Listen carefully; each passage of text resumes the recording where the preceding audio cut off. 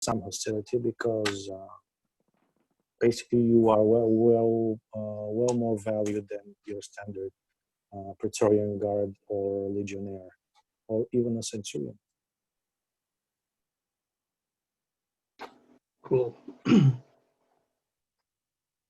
So everyone agrees you are traveling in the open with showing your diplomas and stuff? But I definitely agree. I mean, we are Romans and we should be recognized as such. We're traveling under imperial order, so I mean, anyone who so much as inside the gets borders information. of the empire. Exactly. Mm-hmm. I mean, we're Romans, and we are the top Romans, so we are more equal than our equals. And anyone else who disagrees should get out of the way. And we'll say it in a friendly way, of course. But now the caveat to that, pardon me, would be if that would blow our cover or something. Like if we were going into a mission where we have to infiltrate something, of course, that would the context. Well, let's see. Maybe this will give you a bit more context. If you feel we need somebody like that, maybe I started life as a slave. Maybe I can be traveling, filling the role as a domestic slave, and so people don't notice me. And if we need to infiltrate, then I can probably be the one to do it. Then let's see. Maybe some of the information will help you with that. So general information, since none of you is from Thrace or even nearby, would be for you that you are going into a town which is quite important. It's on the sea, and it's a trade center. And what you know about it is that most of the elite from that town, or we can even call it a city, have Greek origins. It was founded as a polis, and it has remained as a polis. The local Thracian population doesn't really live inside the city walls. Maybe it's just the wealthiest of them, but most of them are just, first of all, they enjoy roaming along the countryside, making their own wooden huts, dealing mostly with farming, and of course warfare. These are the two favorite things. And they are quite numerous, and the local Greek are more like nobility, which are quite fewer, but they kind of do hold the most important trades of the region. And the important traits of the region, apart from, of course, farming and stuff, is first of all, it has one of the best horses around, not just in these parts, but maybe the whole empire. And also it has a lot of copper and zinc, and also gold from the nearby mountain of Astica. So this is the general knowledge that you do know. There are quite few actual Romans that came all the way from Rome to that town. And of course, these are the ones you have been called for, because these are the three families that have been cursed are actually of Roman descent. So you also have some Romans there, but they are kind of latecomers, more or less kind of intermingling with the local Greek nobility. Both of them treat the Thracians as like plebs, which most of them are, doing all the menial work whatsoever. So this is general knowledge. And of course, I would ask if any of your characters, before going into that other province that you've never been to, has perhaps done any homework, maybe trying to do some research about where you're going and maybe trying to find more information about the current state of events. Definitely. And I don't know, you mentioned auguries too and such. So, I mean, being a very religious person, I, of course, respect and go through the morning rituals, the evening rituals, and all that stuff, and obeisances if necessary. And we take the auguries at appropriate times, etc. And I have researched this area because being my character, the way he thinks, of course, his orders say you're going to this spot. He delves into it as best he can. Now, he would add access to perhaps some maps and written correspondence between governors and business merchants. And he does, if time permits, he would have researched that area quite thoroughly. I've dug up some actual maps of that era, roughly. And so I'm aware of the local customs, geography, politics, etc. Cool. Do you want to give me a Scientia roll? I'll go with science, maybe. Okay. Ease. Now, I also have I also have architecture, but that's not. Oh I yes, think the architecture. 18. I got 18. Okay, so I roll a. This is just a So straight here, up die. just for everyone, I want to sum up the rule. Next to any of your virtues, which are more like abilities, or perite or peritae, which are more like skills, you have a number. In Chaos's case, you have die configurations, but you generally should be having a number. Chaos has. I have a number too. I have a number. Oh, you as have well a as number. the Great. dice. Yep. So you can choose any combination of 1, 2, or 3 dice. At the maximum roll is equal and or no more than the actual number you have. For example, if it's 12, you can either roll a d12, you can roll 2d6, or you can roll a 3d4. It's totally your choice. The caveat here is that if you roll the maximum on any of those rolls, but it has to be like the combination, you get to roll again and the dice combination basically explodes. So the more dice you roll, you have a better chance of hitting like that sweet middle spot, which will actually give you a pass, but you have a lesser chance for your die to explode. Questions? Cool. No, And I the think, allowed dice here are all the standards. Sorry for interrupting. All the standard ones plus a D3 and a D5. Sorry, who did I interrupt? Okay. So what I'm going to do, as an example for this roll, I happen to have an 18 Scientia. So I was going to do 3 die 6. Okay. All right. I'm going to choose to do that. Now I could roll a D18. Or no, you can't do that. I could roll D10, D8, right? But Yeah, you I'm can gonna do roll a 3 die D8 6. plus D. Okay, I'll let her rip. 2 3s and a 2. Okay, I got a 10 total. So that would just indicate, well, it depends on what the threshold is, or I think, right? Yeah, the standard threshold here is difficulty level 6, but unlike D&D here, you have to pass the 6. So basically, you only succeed on a 7 or more. So I totaled an 8. Yeah. And sorry, you totaled a 10. 10. No, 8. Pardon me. 3, 3, and a 2. All right, so you barely made it, but thanks Yeah. to the good average that 3 dice give you. All right, sorry. Yeah, Tyler, just a quick question about mechanics. So you have a skill, like, or well, whatever it's called, like De Natura is 7, riding +1. So if I was to roll for riding, I could roll. You treat it as an 8. Yeah, I treat it as an 8. So I roll 2d4.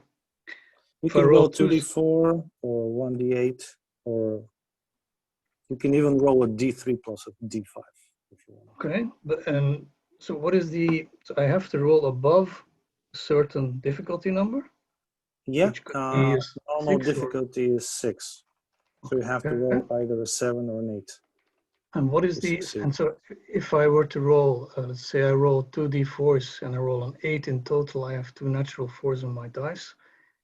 Then the dice you get to roll again. Yeah, they explode, and you add them to your original score. So you get a better That's a good chance. thing, right? That's The higher you roll, you have a level of success. So basically, in a difficulty threshold of 6, if you roll 7, 8, or a 9, and that's a level of success 1. If you roll 10, 11, or 12, each 3, it's a step of 3. So each 3 more give you another level of success. And for skill checks, it goes up to degree of success number 3, which is the highest you can achieve. In combat, there could be even more. And in combat, it's actually a multiplier for your damage.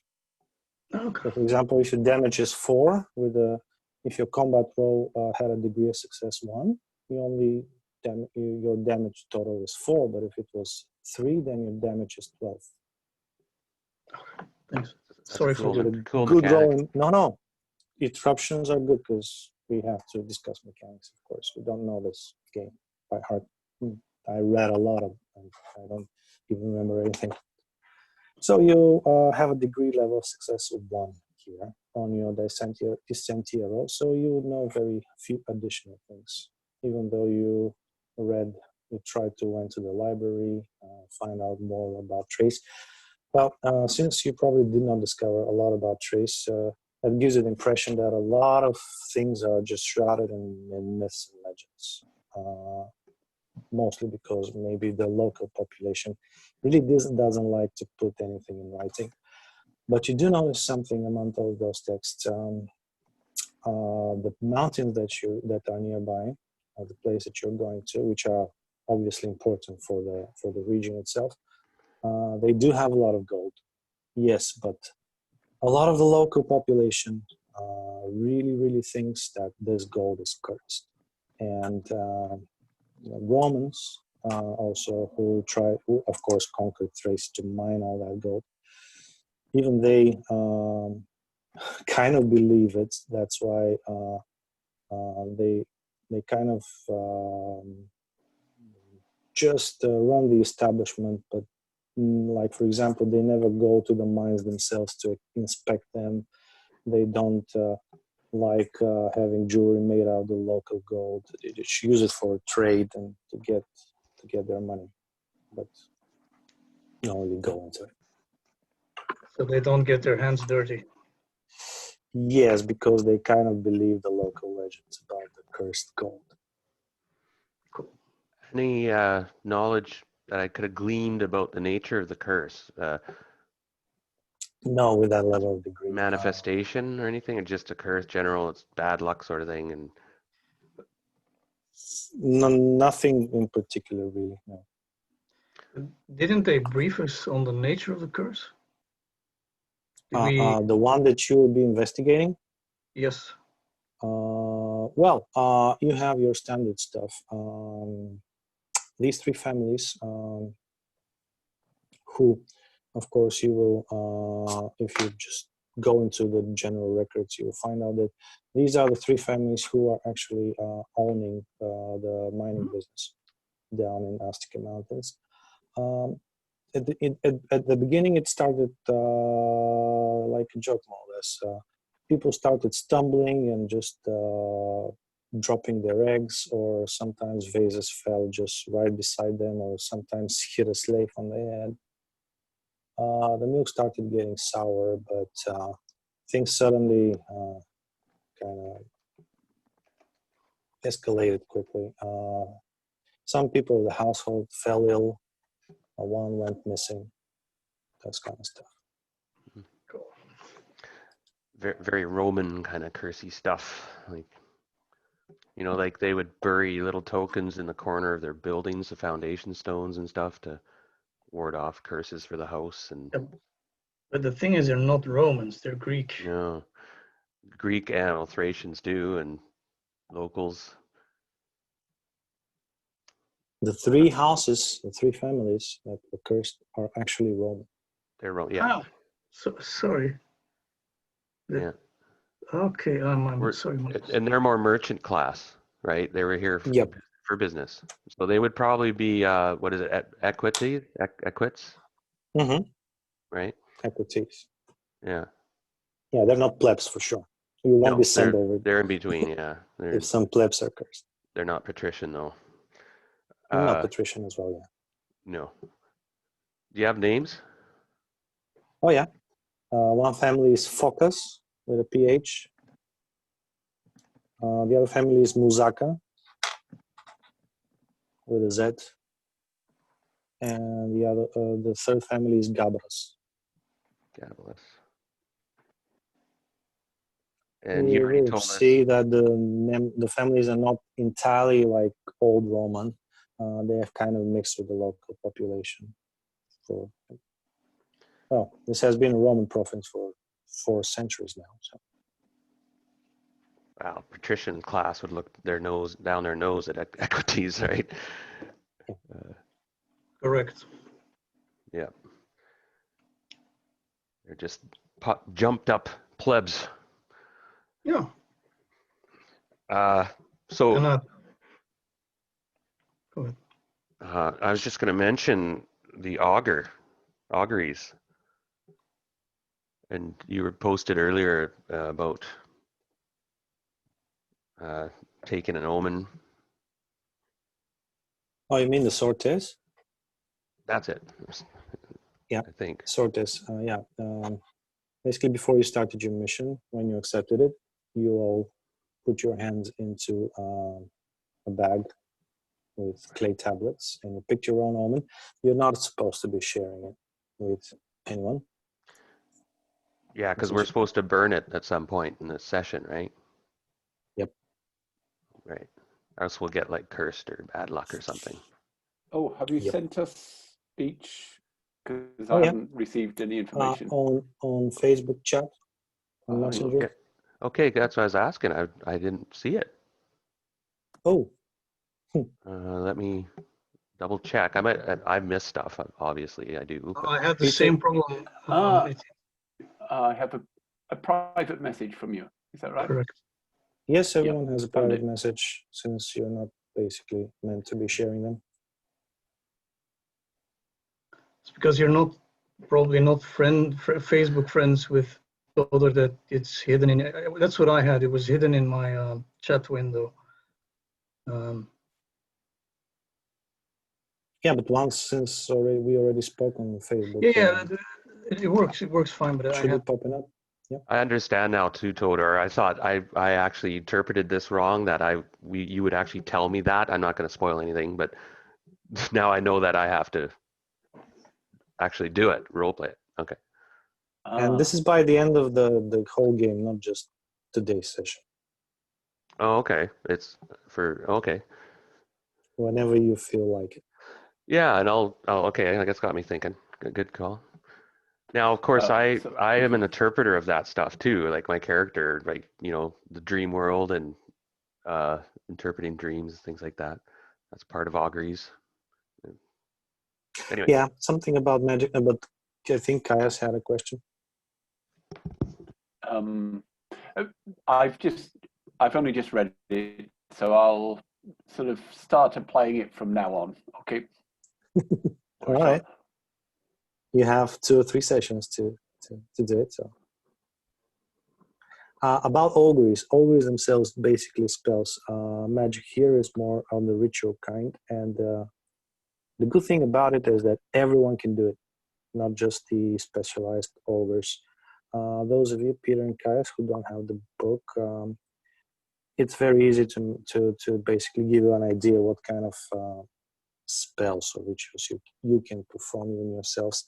You have, I think, 5 types in total, maybe 6. So basically you have all the divinity types, which are reading the future, reading the past, finding an object. These are the 3 types of divinations that you have. You also have reading of omens, reading of dreams, and basically deciding the favor of the gods. So all these rituals, just like they used to do it in ancient times, for example, grab a goat, take out the entrails, read the liver. You can basically do it for anything. For example, you had a dream last night, you wake up, you want to know what it was all about. You perform either ritual yourself or you find an augur to try to decipher your dream or go to the temple. Basically, magic and religion are more or less one of the same thing. So you can always go to the local temple, maybe just give them some silver for them to try to decipher your dream. Or reading an omen, you suddenly see a flock of black crows at an ominous time, or lightning strike, which is weirdly purplish coming out of the blue sky. and then you decide like, what the hell is, just to see what the hell is going on. You perform a little ritual. None of them are like standard spells in D&D who go off in 6 seconds. You have to basically describe what you're doing. We'll leave it more like a free description how you do it. For performing all these rituals, you have pietas, or basically points of piety. All of you can use it, even if you have a very low score in magic. That's because the thing here is that you perform it, and let's say you fail. Let's say the difficulty threshold was 6, and you rolled your d6 and you failed. What you do is, if you have enough piety to compensate for the difference between your roll and the roll you had to make, you just pay extra piety for the ritual, and then you still succeed with a degree of 1. Does it now make sense? Yes. Other things you can use your piety for, each of your offices has a special, what was it called? I sent you in the chat messages. Invocations, yeah. All of your offices has special invocation. The thing about invocations, you can use them once per session. Your general office invocations are generally when you're performing a role which you're specialized with, either is nature for Gaius or Scientia for Aulus. You can spend 6 piety points to roll again and add it to the already rolled score. So you can basically, once per session, you can invoke your patron god, and you can achieve some awesome success in your own pietas or skill. Right. Anyone else doing some homework before you went there, or you're just gonna Yeah, investigate on the spot? Sorry, go ahead. I look up the nature of the curse using my investigative, well, actually using my knowledge of superstitions, my knowledge of weird events.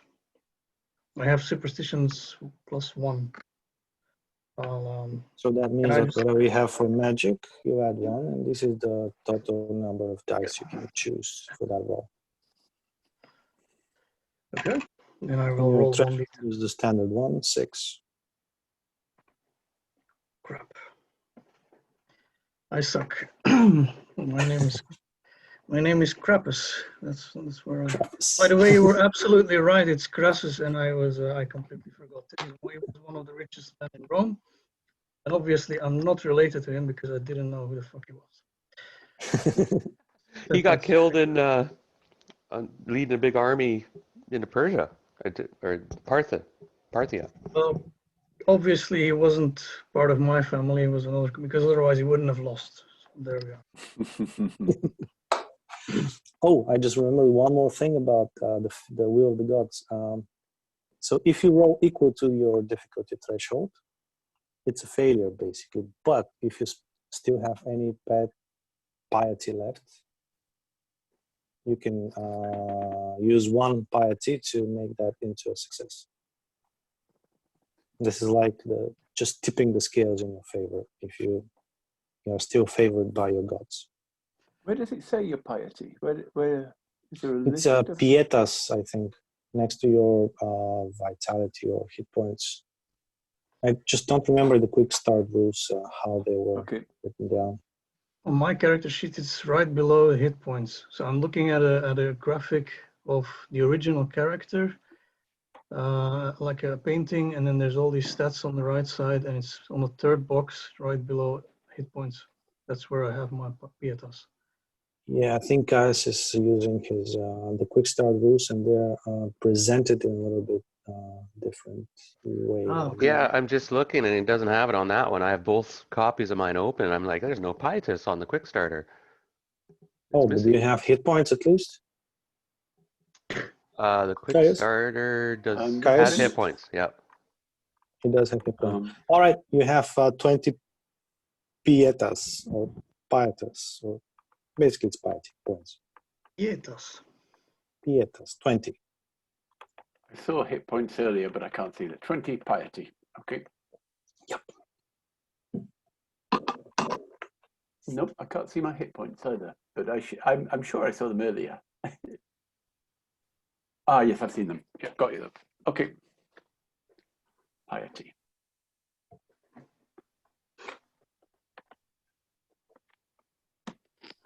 Oh, and last thing about piety, it's good to have at least one left, because if you run out of piety, you lose. It means, like in game terms, that you kind of lose the favor of your gods, and you can no longer use the things that they give you, especially the exploding dice. So as long as you have at least one piety point left, your dice still explode. But if they go 0, then you no longer have this.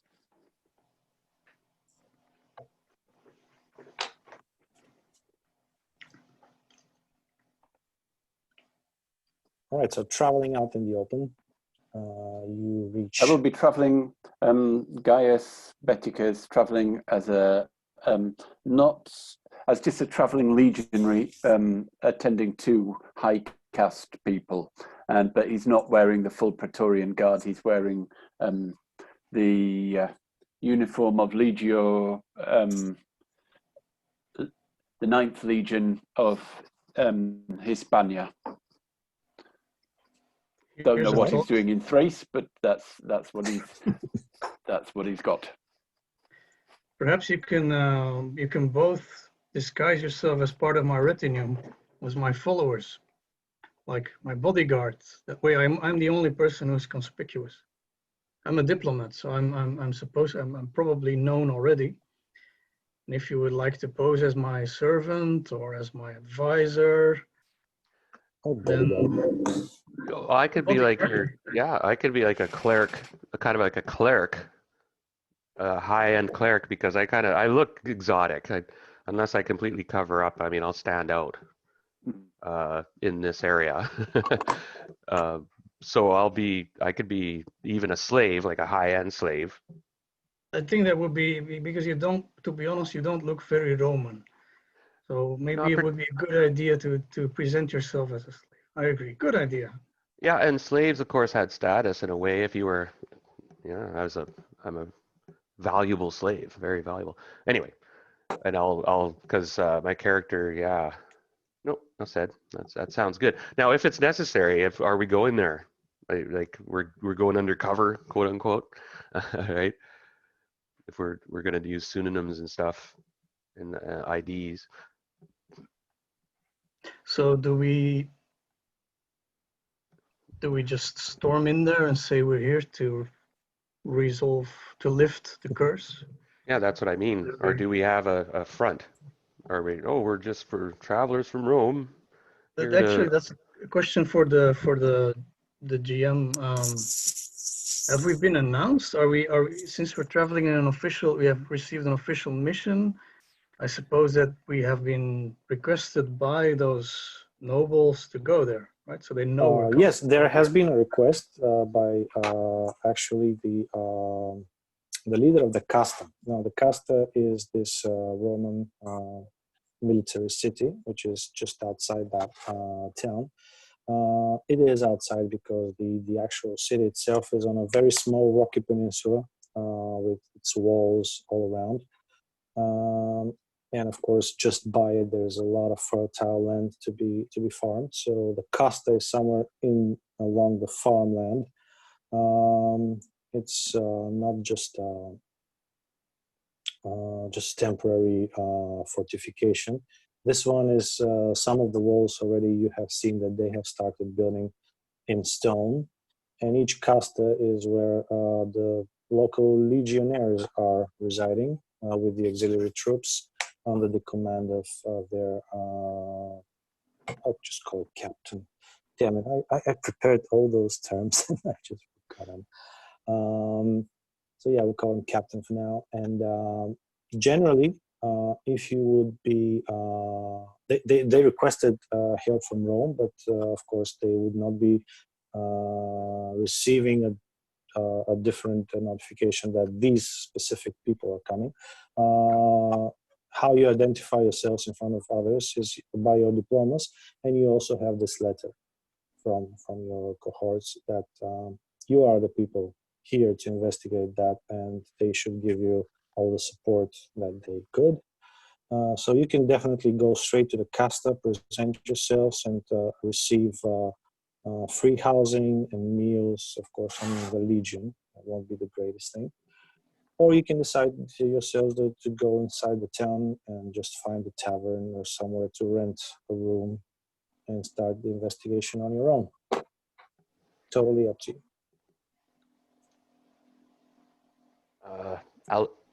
Aeolus will, yeah, I suppose we're gonna have to discuss this. So in character, he's sort of, he's wondering if it's possible to observe the place in its natural state if we go in undercover. And then the other option is to go in like, hey, here's our badge, we're the CIA, we're taking over here, show us what we need to see, and and give us the resources, and let's get to work. So it's up to you guys. My character is more leans towards working behind the scenes because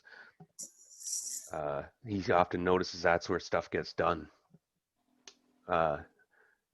But he has armor and stuff too. He's got the cool scale armor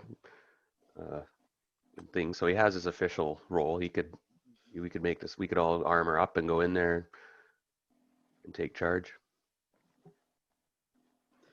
The slave thing's a good idea too, right?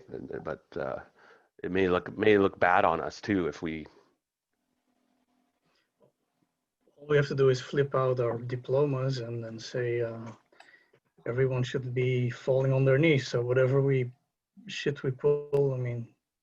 Yeah, well, we're the secret. We're the Roman Gestapo. So. Yeah, you also have been advised that you could definitely go ahead and do that. That would maybe earn you some enemies even among the ranks of the legionnaires and the Praetorian Guard. But you can definitely go ahead and be like, give me that, give me 2 bodyguards. Oh yeah, we can. Guys, what do you think? What is your opinion on this matter? I think you are too highborn, Crassus Tullius, to pass off as anything except a man of weight and dignitas, and you should go in with the full glory of your position and cow them into cooperation. But I will take a more I do not carry your natural charisma, so I will stay in the background, and if we need to then take a less direct route, I will take that route. Well, that is exquisitely well put. I couldn't have said that better myself. By the way, I know, gentlemen, that there is only 3 of us, but remember that in the most difficult moment of Rome, there was a triumvirate of people who helped save the day. So, I mean, ultimately they didn't get along very well, but there's 3 of us and we are here on an imperial mission. So, and we have a Crassus and a Gaius, so that makes you Pompey. Exactly. He says to Aulus. Well, but of course we all know that one was assassinated, one was taken prisoner in a war, and the other one was died. He was assassinated by the Egyptians, the Ptolemies. Yeah, we have an Egyptian in the group, I believe. Pompey, yeah. So I'm like, wow, the parallels here are amazing. Interesting. Yes, so I'll go full regalia. I'm full on. I got my buffed up silver scale armor, like high end. I got the full brass, everything going. I may be an Egyptian, but I look impressive. Of course, it's an international empire. So I mean, the legionaries are used to seeing foreigners in their ranks. I mean, but especially in the frontier zones. So I would be an imposing figure, and I have a spookum helmet. Nice. and I'd be one person who you could see among thousands anywhere anywhere in the Empire, indistinguishable, same armor, same clothes, same scars. Slightly, no, same as anybody.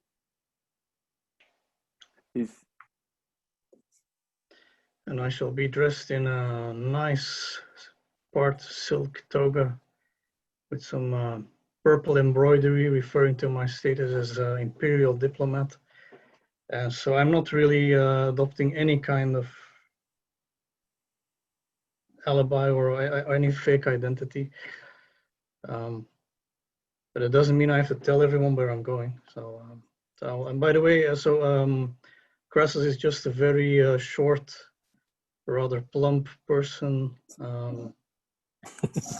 in his 30s, but looks a bit older, and he's very happy to go on this trip with these new Romans, and he's very curious to find out what the new Romans make of the old Roman Empire and if they live up to the reputation of the founders of our city. But he's sure that they will.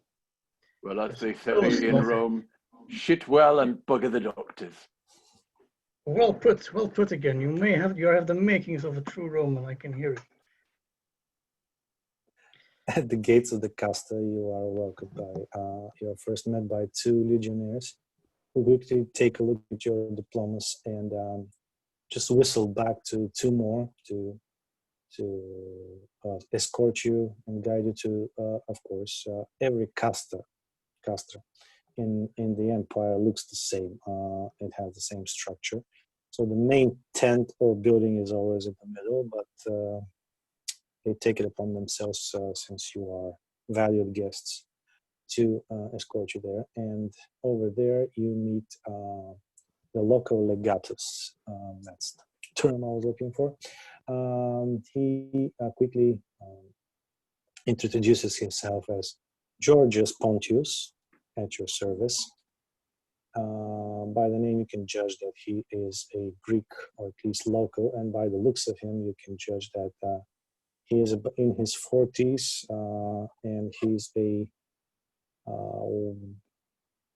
war veteran of sorts. He has quite a few scars on his face, and he has a little limp foot. He's limping a little bit, but his whole persona is like, I was fighting for Rome and I deserve where I am. He's the legatus of this castra. He's not the largest in Thrace, but it's probably the 3rd or 4th most important in the whole territory. Todor, could you give his name again, please? Georgius Yes. Pontius. Okay, thank you. Georgius, like the general Greek name, or the most common Greek name, and Pontius, like from the sea. Pontius. So he introduced himself. My name is Georgius Pontius, and I hear that you are on the business here about some weird happenings that, to be frank, I don't really have the resources or the will to get into. Most of my men are quite superstitious to actually be doing this job themselves. I have been informed about the will of the emperor, that there will be special legionnaires doing with that, and to tell you, I'm quite frankly glad about it. You will have my support and whatever you need.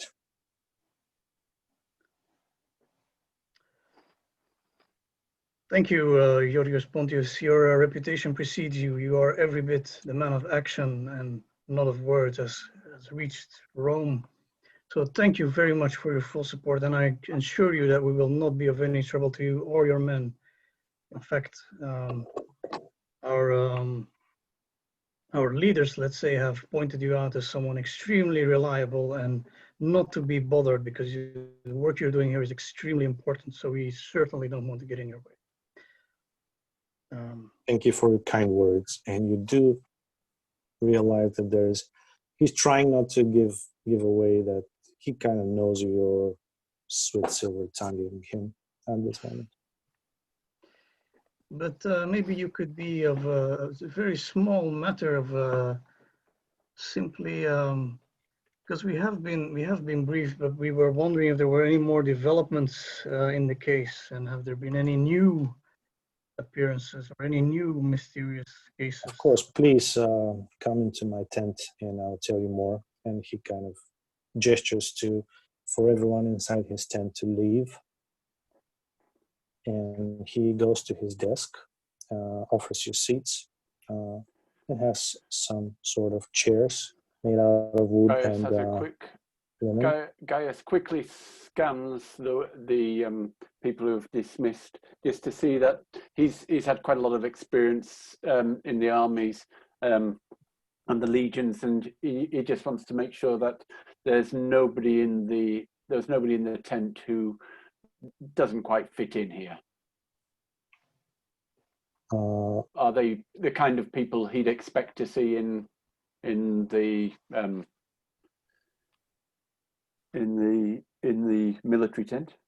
Yes, although they are in full military garment, well, not exactly full, they don't have their helmets and they only have their gladius. Off-duty army. Yeah, they seem to be just clerks who work along with the legatus for him. But they quickly take their leave, and you can see by the way they walk, they are, of course, well-trained legionaries in themselves. Ave legatus Pontius. Ave from Rome. Ave.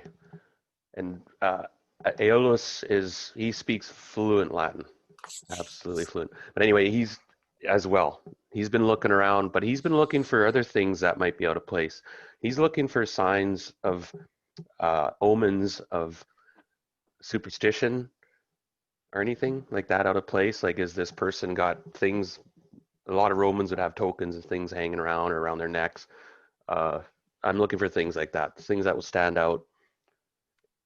If he's a member of a certain cults, like I have all the knowledge of cults and their symbols. So that's my role. That's what I'm doing, just out of character. Okay. Actually, that's something that you can all get a sense of. Generally, Romans are superstitious, and also all the other nations that have been incorporated in the empire, they also have their own superstitions. And legionnaires and all types of soldiers, even more so, because their life is always like hanging on a thread. It could be ended any day. And they all have their little idols that they carry around. But as you see these people who are just leaving the tent and the legatus himself, they all seem to have like additional like bracelets and necklaces around them with additional idols, like maybe slightly overdoing all this superstitious thing. Like maybe there's something that they are kind of afraid of lately. And of course that's something. Yes. Well, you have a curse, you have an reaction. curse. Oh yeah. Yeah. And so I see that as quite normal, because this is a situation. It warrants it. Okay. Something happening, there's not an explanation, and people are, of course, arming themselves however they can against it. But all benign cults and symbols and such like that. No alarm bells so far. And that'll be an ongoing thing he'll be doing. Good. So he asks you to sit down and takes out from his desk a large bag, and he puts it on top of his desk. He obviously doesn't want to touch it, whatever is inside. He just opens it and leaves it like that and starts to tell you the following story. Well, since we sent the message to Rome, there has been some development. All three families were at the beginning quite unwilling to cooperate, but last week one of the daughters of the family Gabras disappeared, and a few days later she was found into the woods.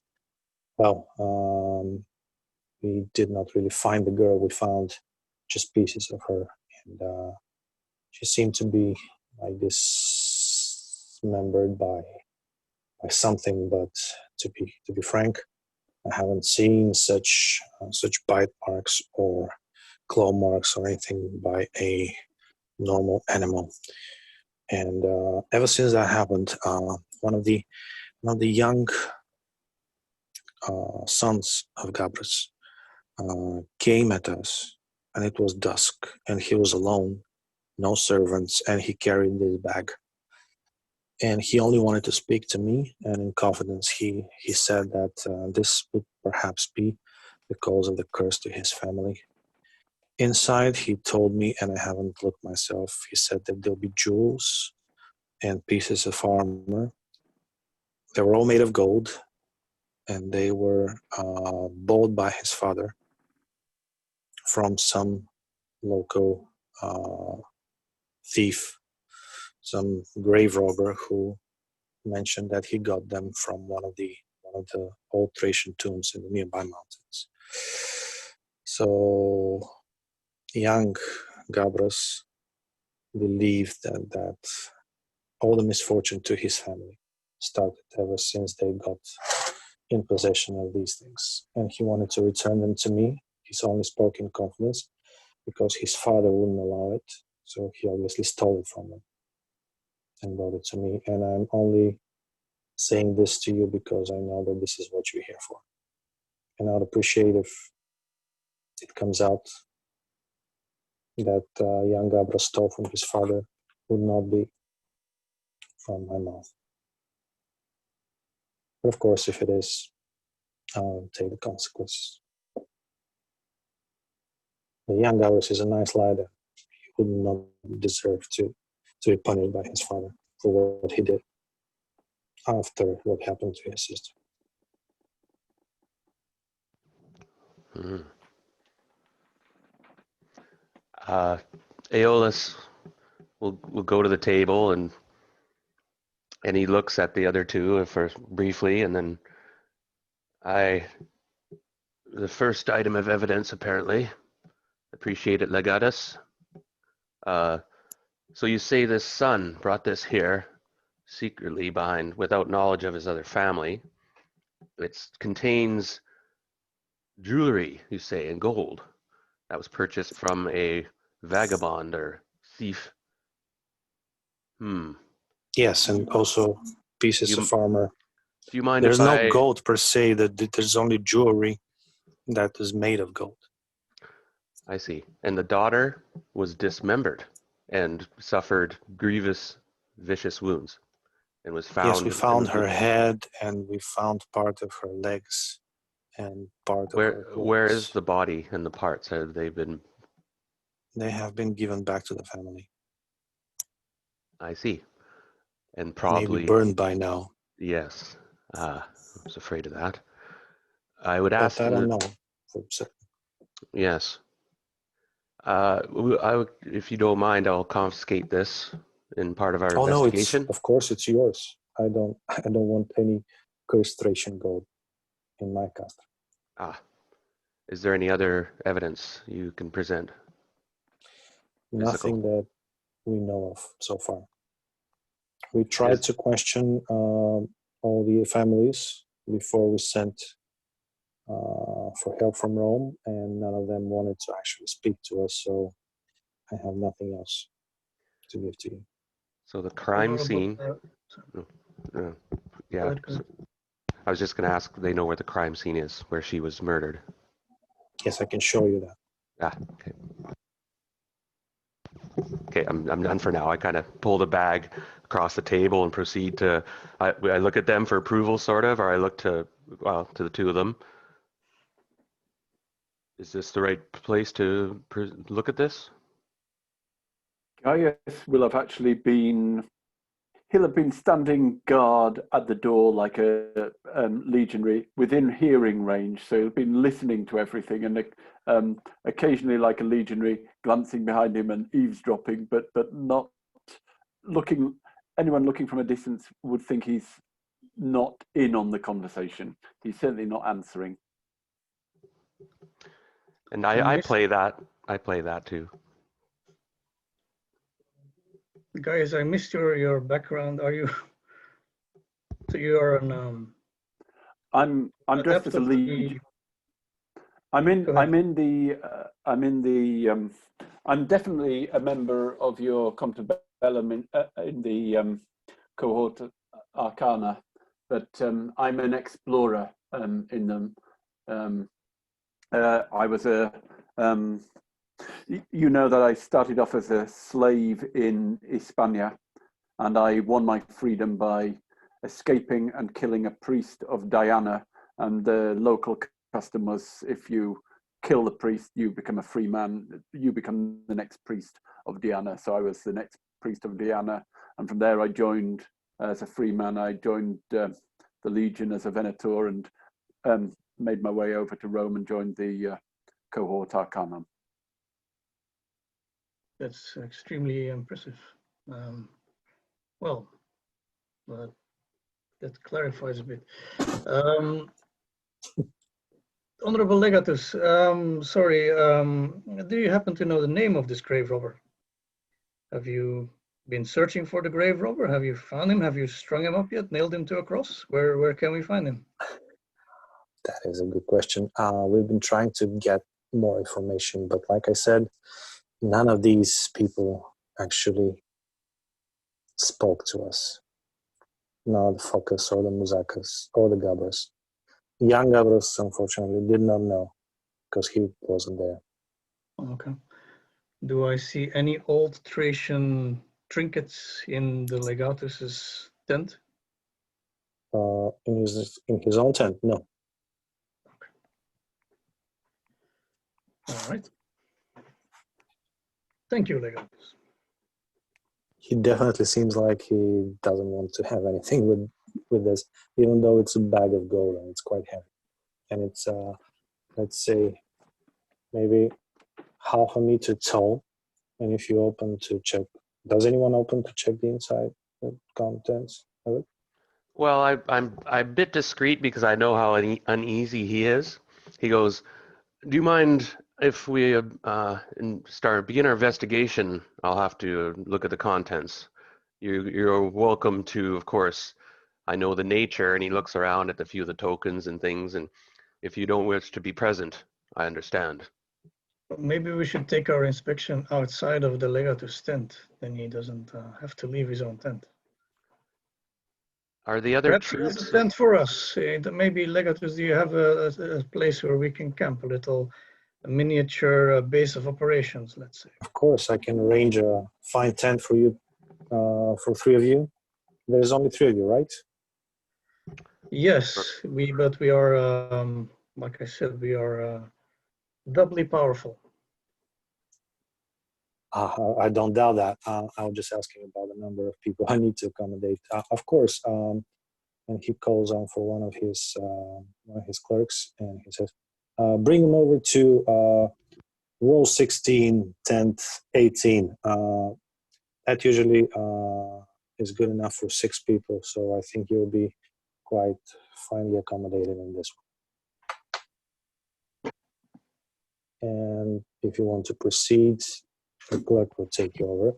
You'll clearly see where the number of the rows are and the number of the tents are, so that you can easily make your way around the camp.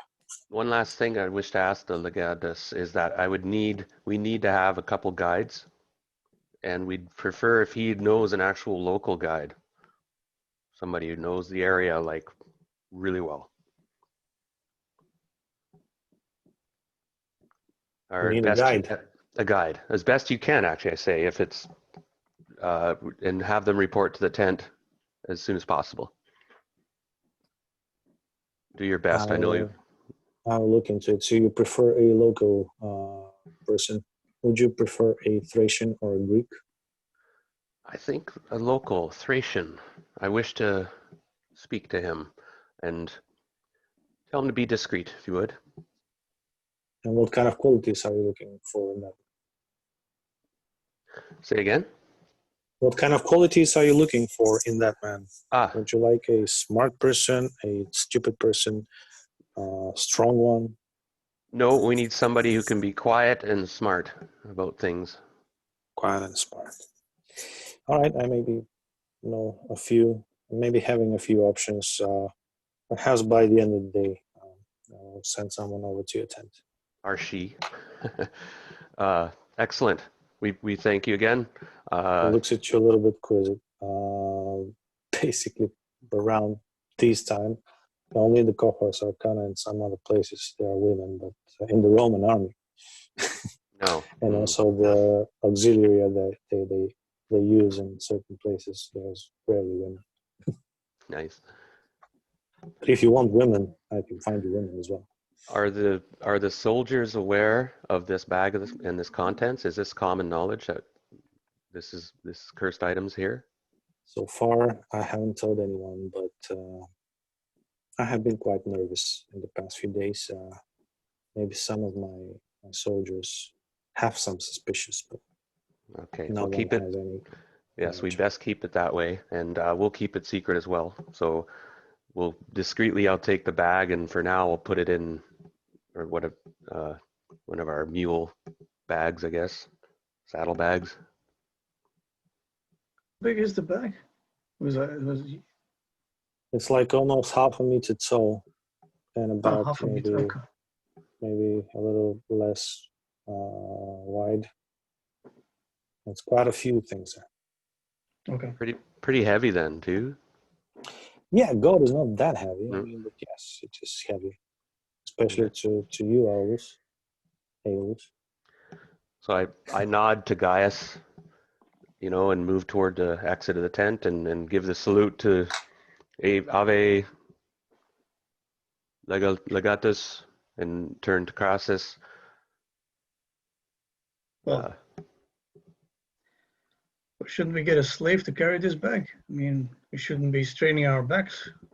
And I give him a curt shake of my head real quick. And I kind of give him a look that the less people touch this.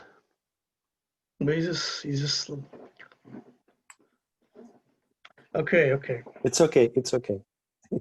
If I want something to, is stopping you from our real world, it's okay. It's okay to say, but it's a slave. Who cares? yeah, it's a slave. I mean, who cares? Come on. I mean, you can't be. We're like admirals going into a sergeant's office, and we're not gonna carry our own bags. I snap my fingers. That would look suspicious.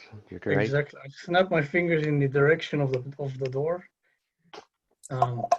Somehow expecting a slave to come running in. You hear Gaius taking over. You, come here! Come these things that look smart! And make way! We're going to row 18. We're going to tent 16 in row 18. Get moving! You two, run along. Make sure it's fit for one of the member of the Roman Diplomatic corps. Well, make sure it's fit for a Praetorian.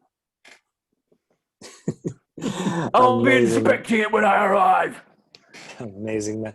All of a sudden, they just go into gear, and the clerk who was supposed to just get you to your tent quickly finds two slaves with wheel carts. You go and find the hunters, the venatores, and select the best. Demand the best deer for it. And what's your name? If it's not the best deer, if it doesn't please him, you'll be on the lashes and on latrine duty for the next 2 nights. And he goes into full legionary mode to sort of make sure that these people get the proper respect that they should. Aeolus is just like very impressed. Seeing Gaius in action always impresses him. Most efficient man in from the behind world. the table. The two slaves get your mules and horses, get all your stuff, like you don't have to carry a thing. Some of the legionnaires who are sitting around just tending to their weapons and armor, chewing on a few straw and just spit them out and look at the newcomers, and you see a little glint in their eyes of envy. These guys just came here and commanded the whole castle. Okay. Do I see this glint of anger? Yeah, you can see it from most of the legionnaires around you. They don't really hide it.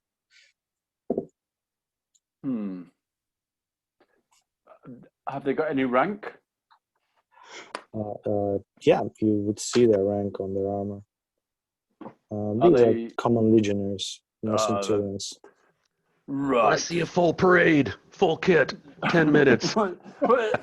Yeah, yeah. You want to make a point? We could do Yeah, it. if they're acting surly, he's not having that in the Roman army. Georgius, hearing all that noise, comes out of his tent to see what is going on. And he looks at you. He also is a little bit disappointed.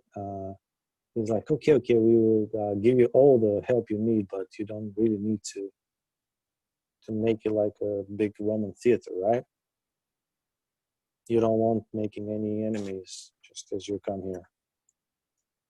Um, I'm not making enemies, I'm just making discipline. Sorry, Peter, you had a question? No, I had an idea, but I think it's ruined. It's ruined now. Can I use like skill like streetwise to get back into the legatus's favor and say like it's all an act. It's all an act. We're just we're undercover, of course, and there's no disrespect intended at all. We're undercover of cranky failed soldiers or something. You should explain it that way to your men. There's really no offense meant. No offense intended. We're just we have to play our parts for the emperor. You understand? And your rank was very high in that, right? Well, I have negotiated. The Societate is 16 plus 1 negotiation. I don't know. You want me to roll? So for now, yeah, I won't need a roll. I will just, you will see by the face of Georgios that he's someone calm and he's just trying to, he's just giving his face expression and gestures to the rest of the people around who saw all these theatrics. So everyone just turns away from you and just go back to tending to their weapons and armor.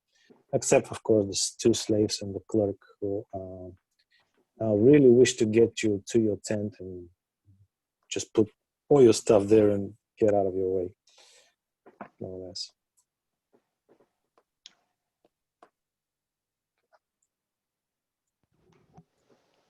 All right. So now you're at the tent. The slaves are finally left. They put everything very carefully on different rows of wooden stalls and all kind of stuff. This tent is not just like a basic tent. It has like different compartments on the inside, place where you can also even take a shit if you cannot really go to the common place where everyone does. Doesn't have any cooking facilities though. All this would be done in some sort of a mess hall. Okay. We make sure that the bag is put in the corner for now. Put that there, I tell the slaves. And be at our beck and call. If we need you again, you're dismissed. One of them would, they tell them that one of them would stay in front of your tent. Just right. So that they can Aeolus hear you. was disturbed by the actual surly and dark nature of this camp. And he is genuinely concerned, and he puts that up a lot to the curse and the general mood of this area, and like how the legionaries were being surly to Praetorians and such. Like we could have called a full drill kit, like, and taught him a lesson there. Said, okay, we're going to go for a march. Roman soldiers. So he realized that this has been a powerful influence on to turn this camp like that. So he tells that to the other 2, and he goes, we must be firm in our resolve, one way or the other. But there is something at work here, definitely. Now as to this bag. And he goes and grabs it, puts it on the table, and looks in it, opens it up. And, getting his tokens out, he has like a a token around his neck, and he pulls it out and mutters a little incantation. And I So was inside you will find that everything is made out of gold. There are no like silver additional or brass or other things. There are no gemstones or anything. Everything is pure gold, and everything is very intricately made, but it obviously looks a lot ancient kind of stuff, because some of the bracelets, although they are finely intricately made, you see that at some point the gold has just given way to basically wear and tear. And you see bracelets, you see rings, you see like full how do you call these kind of, they're not like necklaces, but they cover Torque? like half of your breast. a torque. Giant thing is, yeah. And apart from those, there's also a pair of greaves and a pair of the greaves were the part of armor you put on your hands, right? So you do have a pair of Braces. greaves. Sorry? Braces. Yep. Braces, And you do I have a think. pair. for the All right, arms. so you have a pair of braces and a pair of greaves. They're also for the made legs. of pure gold. They're not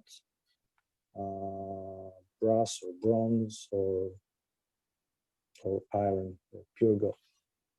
Do seem like ceremonial ones. Mm. Now it's That's ancient. quite a lot of old gold. Like the gold you see in front of yourselves would be your salaries for probably 10 years or maybe more. Yeah. And It's it's just not like that would buy you a small village. and it's not Roman jewelry. This is local. Is it like, can I identify the nature of the jewelry? It's from a Well, tomb. you've been told that it's taken out of Thracian tomb, and Yeah. let's see if you can basically identify it better with a Scientia row, and if you have like maybe history. Yes. Let me get back to my character real quick. I have architecture, decipher, mechanic. Can we roll for the Ciencia as well without history, or does it Oh yeah, require? you can all roll and make it like a group check. For example, group check in instances where all your common knowledge can be poured together, like you can start discussing details among yourself to get a better picture. Then all the rolls together, all the degrees of success you may individually get can be put together, and this will give you the final degree of success for that check. Okay. So Scientia, history. Oh, well, I don't have that. So. All right, and the difficulty is 6. I'll roll for it. No one else is in? Not history, just Everyone the can Ciencia. roll individually their Scientia checks. If you have history bonuses, just add them. No, I rolled a 5, so I failed. I got a total 10. 10, good. That's a second level of success. Okay, so doubled or just better success, yeah. Yeah, that's better. Some more information. Gaius, would he have a look? Any interest? No, I mean, I'd roll a 1. All right. So with a second level of success, you look at the intricate jewelry and the greaves, and you see that these are not like ordinary greaves. They are ornated, and you start seeing some sort of even lion heads and horses on them. If you look closer, also on the jewelry, there's a lot about horses, and some have like a horse in gallop. Some have just like maybe a horse's head. Others have like a horse that is killing some sort of a lizard type of creature. And to you, that is known as the Thracian horseman, which is one of the most famous cults in Thrace. about the Thracian horsemen, but you don't really know a lot about it. You just know that it's currently one of the forbidden gods in the empire.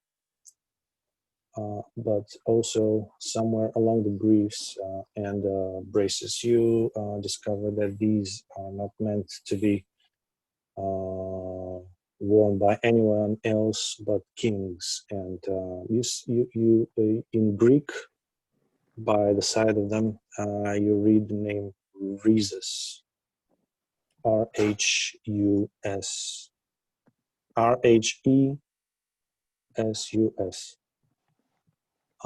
That would kind of give you the impression that it just means king in the ancient time, but it also give you the idea that that kind of name for a king was used way back, all the way back to the Trojan Wars.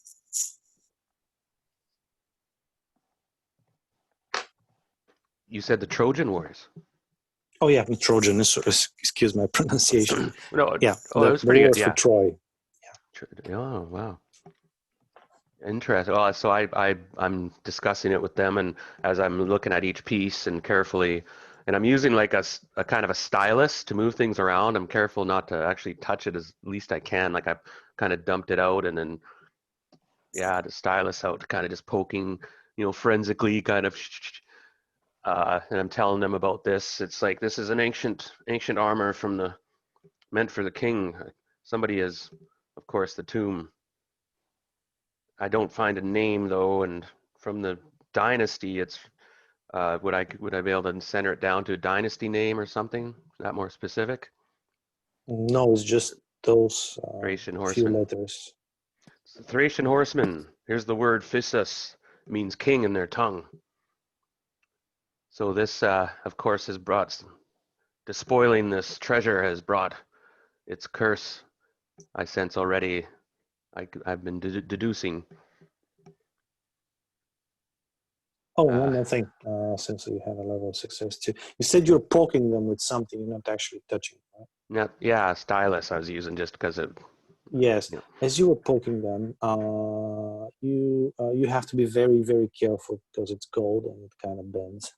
But when you are handling the actual greaves and the braces, you kind of have the feeling that you are handling something heavier and sturdier than just golden plates.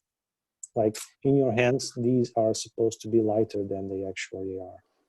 And am I getting goosebumps? Am I seeing shimmerings in the air about this treasure and such? Like I'm looking for signs of course, supernatural enchantments and tingling. Yeah, you do get a tingling sensation, of course. That could be part of the fact that you are now in the presence of so much gold that you probably have not seen in your life, even back in Alexandria. Oh, yeah. And on the other hand, you are, you're probably seeing some golden craftsmanship, and these things that are basically very thin and supposed to be made out of gold, because Right. it does look like gold. They're like So not really what they seem. as I'm writing this down, these notes, I'm telling them to as well quietly, so that no eavesdroppers. That I'm telling them my information, doing my job as the forensics guy, I guess. And for the moment, okay. Then I wait for them to respond. What do you think? Our first move, we have a crime scene. We have, we don't know where the tomb is yet, right? That's, no, not at all, right? You don't know the thief as well. He goes, and with time, I could try to, use our powers to try to divine where the tomb is if necessary. But we do have a crime scene, and we do have these families. We have, pardon me, participants, right? Gaius looks to Crassus to see what the Praetor think we should do.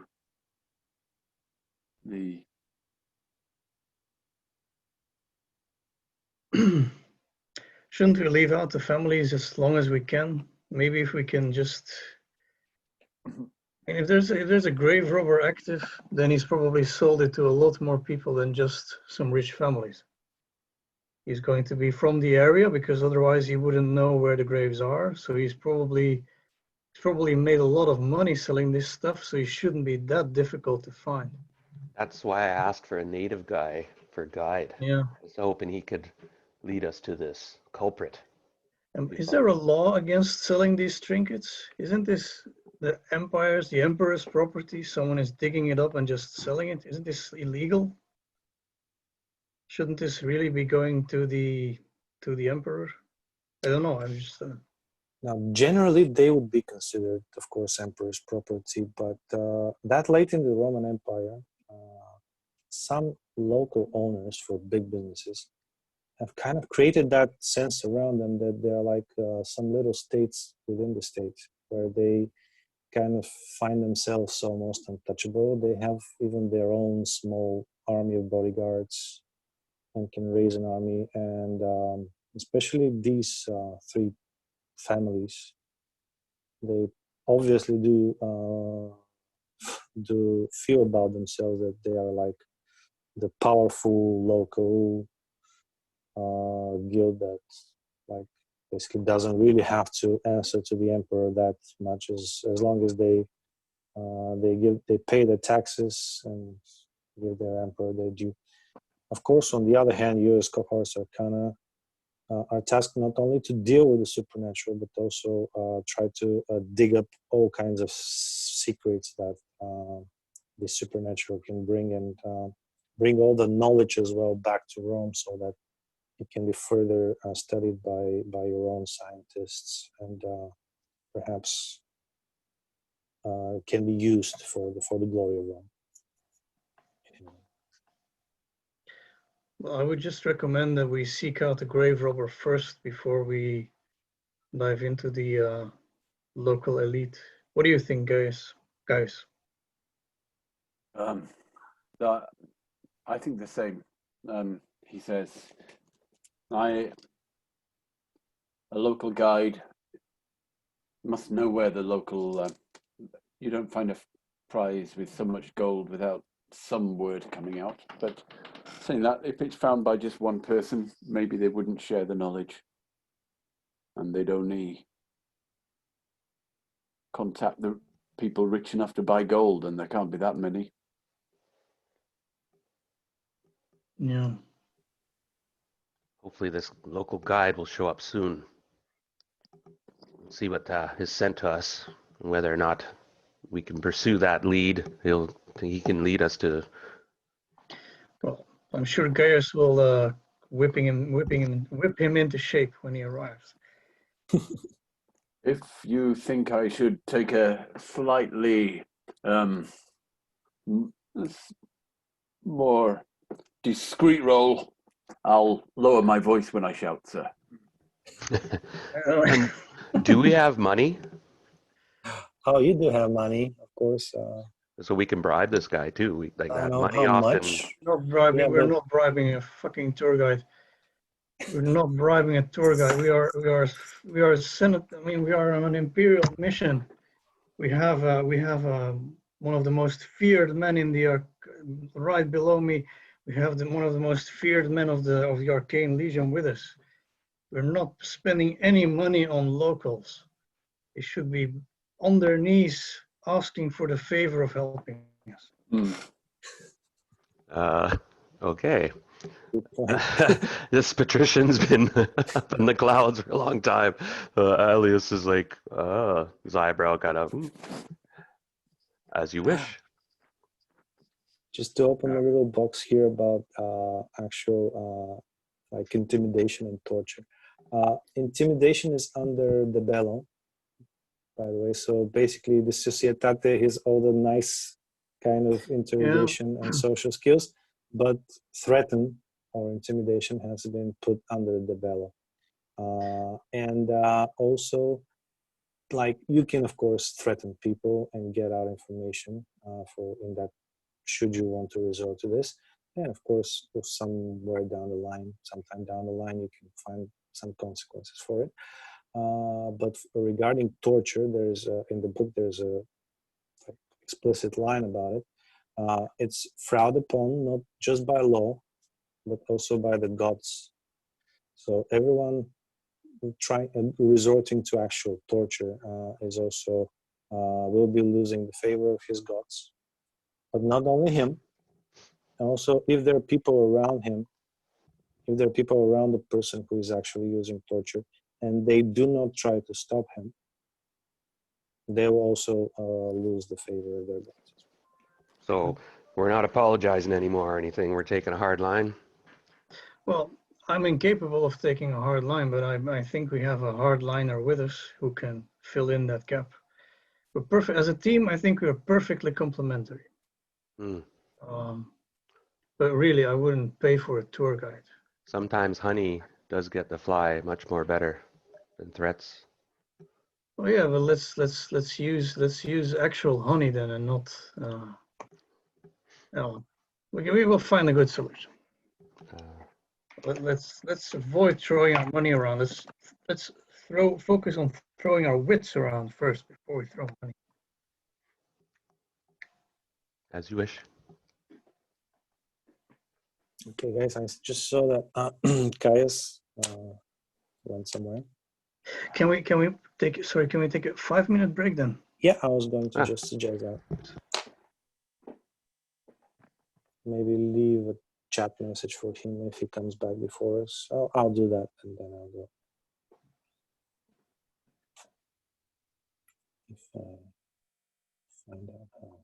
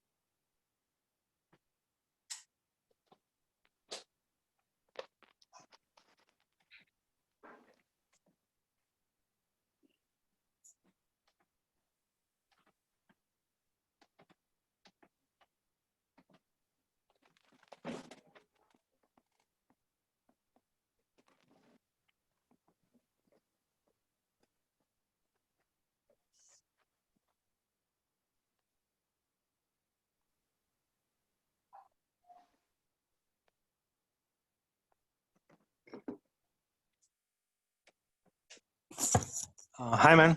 We decided to take a 5-10 break. Can you hear me, Caius? You don't have your headphones on.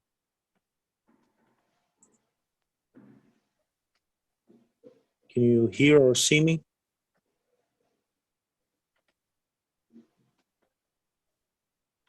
Because I cannot really enter my chat from here.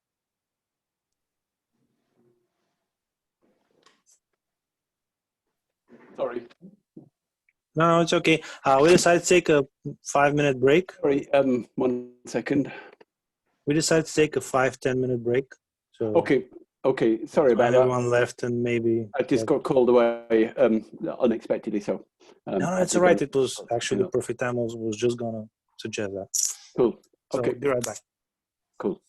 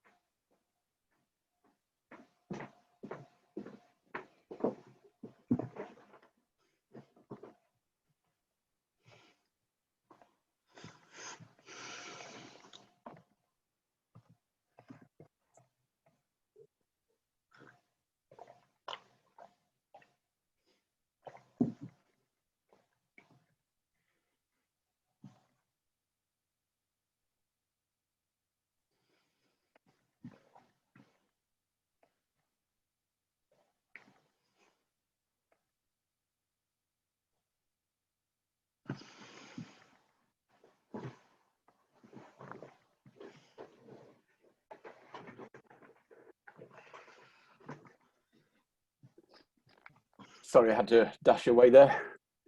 Did I miss anything? Well, the plan is we play good Centurion and bad Centurion. Which one do I do? I don't know. Yeah, so we're taking the hard tack. Okay, so no more apologies. If because I sensed a threat when that guy said, "You guys don't want to make enemies, do you?" I was like, "Oh, I mean, we don't have to. We can make. I wouldn't recommend making enemies of the Legionnaires, but we can pretty much make enemies of everyone else. I mean, especially the yokels. I mean, I don't know. The Legionnaires. I mean, what I was doing was just discipline, not making enemies. Of yeah." That's course why not. when he mentioned that, I was surprised. I was like, "Hey, this is a Roman camp. Like, Yeah, it's Roman discipline. Come oh on. yeah, they shouldn't be giving us surly looks and complaining about things." It's like, but that's the curse too, right? Yeah, Yeah.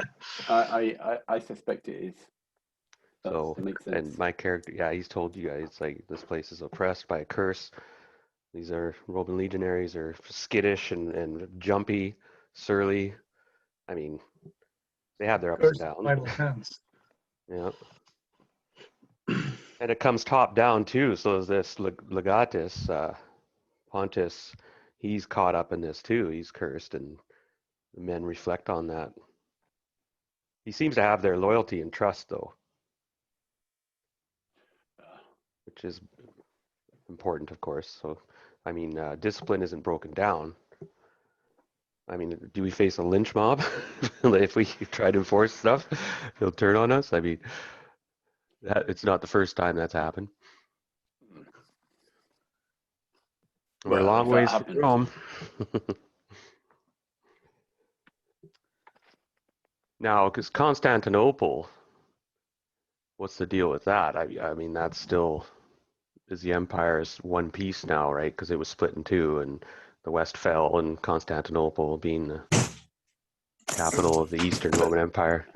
But it's one Roman Empire with four, Yeah. divided in four, isn't it? So it's kind of as I imagine it. After the Latins? No, it's a unified empire right now, like, but in reality, the emperor was split, right? At this Oh, you're point. not talking about this. But oh, he's back. So you spend early afternoon in the camp waiting for someone to arrive, and then they come. It's a huge, burly, hairy Thracian comes to your door. And he's kind of a jolly looking, he smiles, says, "May I come in, gentlemen? I've been sent here by Georgius. You were looking for a local guide, weren't you?" yes, and he's speaking Latin, I'm assuming. He speaks in Latin with very, very strong Greek accent. Okay. I could switch to Greek if that suits, if it's but I'll return in Latin for now. Welcome. And I don't invite him further in the tent in the moment. I just go, yes, we've been sent from Rome, and we are just curious about certain events and certain individuals in the local area, and we're hoping that you can give us information which would help us in our endeavors.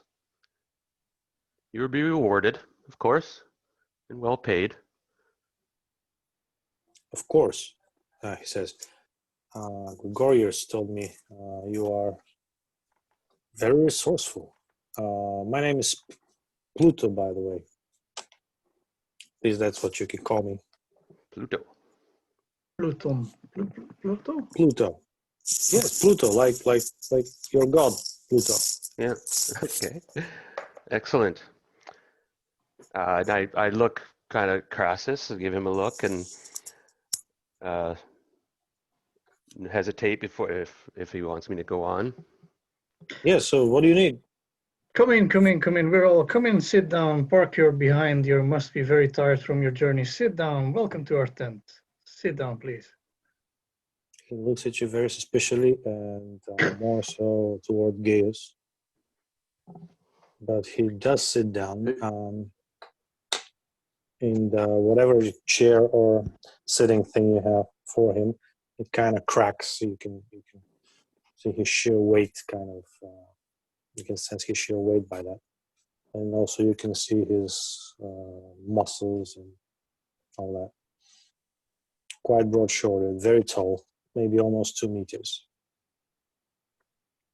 Does he look more impressive than Gaius? Yeah, a little bit. Yeah. Okay. Well, Pluto, sorry.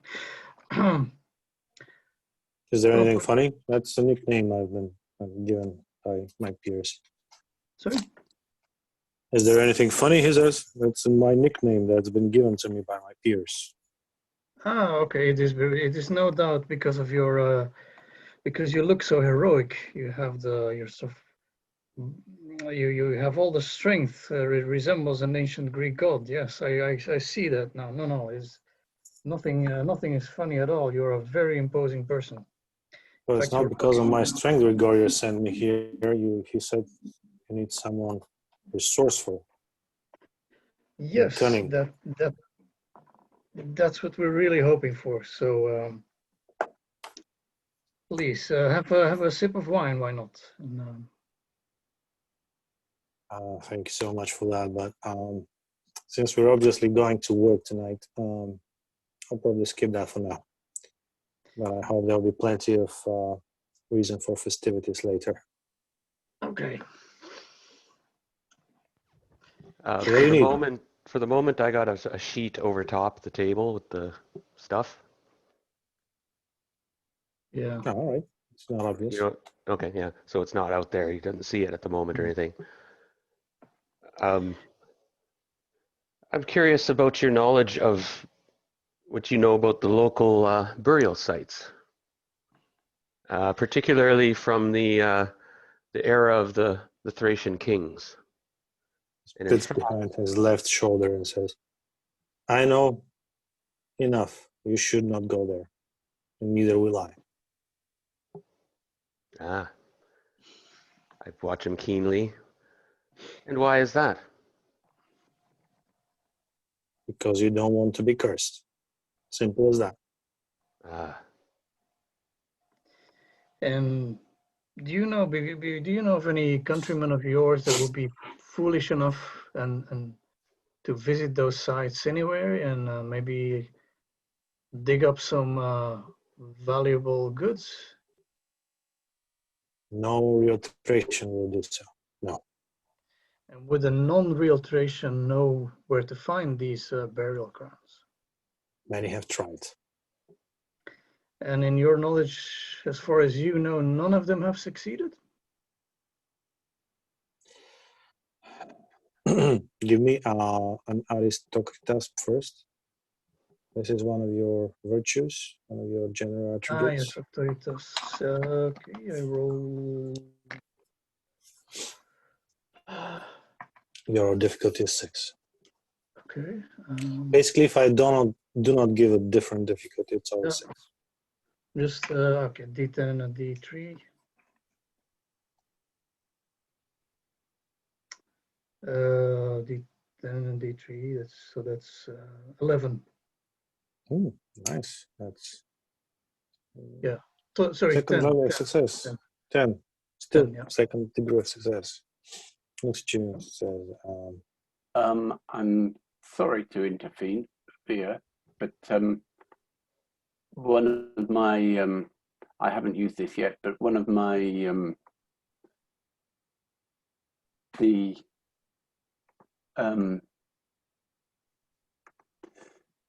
let me just read this out.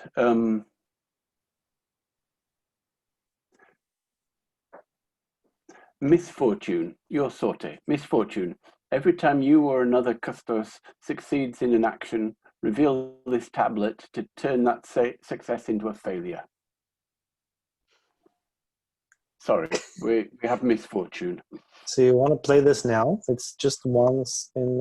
Oh, is it only one? In a quest. Right. It's once in a quest. I don't have to play it every time. It's just the one. No, it's just Okay. once I was until the I was rest of the not adventure. understanding. So I'll sorry. I'll save that then. For All right. choice moment. You other two fine role players. You understand that you will role play as if you don't know that he has this sword, right? Yeah, of course. I trust you. All right. So he looks at you up and down, mostly down. Says, You look like a fine fella. So yeah, what exactly will you know? Just stop beating about the bush. Well, let's be frank then. We want to know the grave robber who stole this, and then I very dramatically walk to the table, and I, taking special care not to put my hands on the gold, but I tear open the bag and I let it all clatter on the floor and say, "The man who stole this." Now, what's his reaction? Just as he was smiling, you see his mouth freeze. And he just stands there for good 15 seconds. And then turns over to you and stops looking at whatever is on the table. And may I kindly ask you to cover that, please.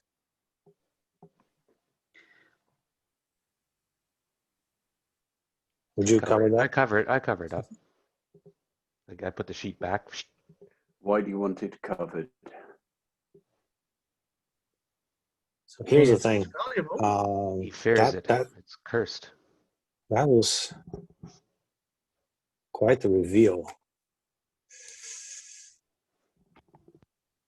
If I didn't know better,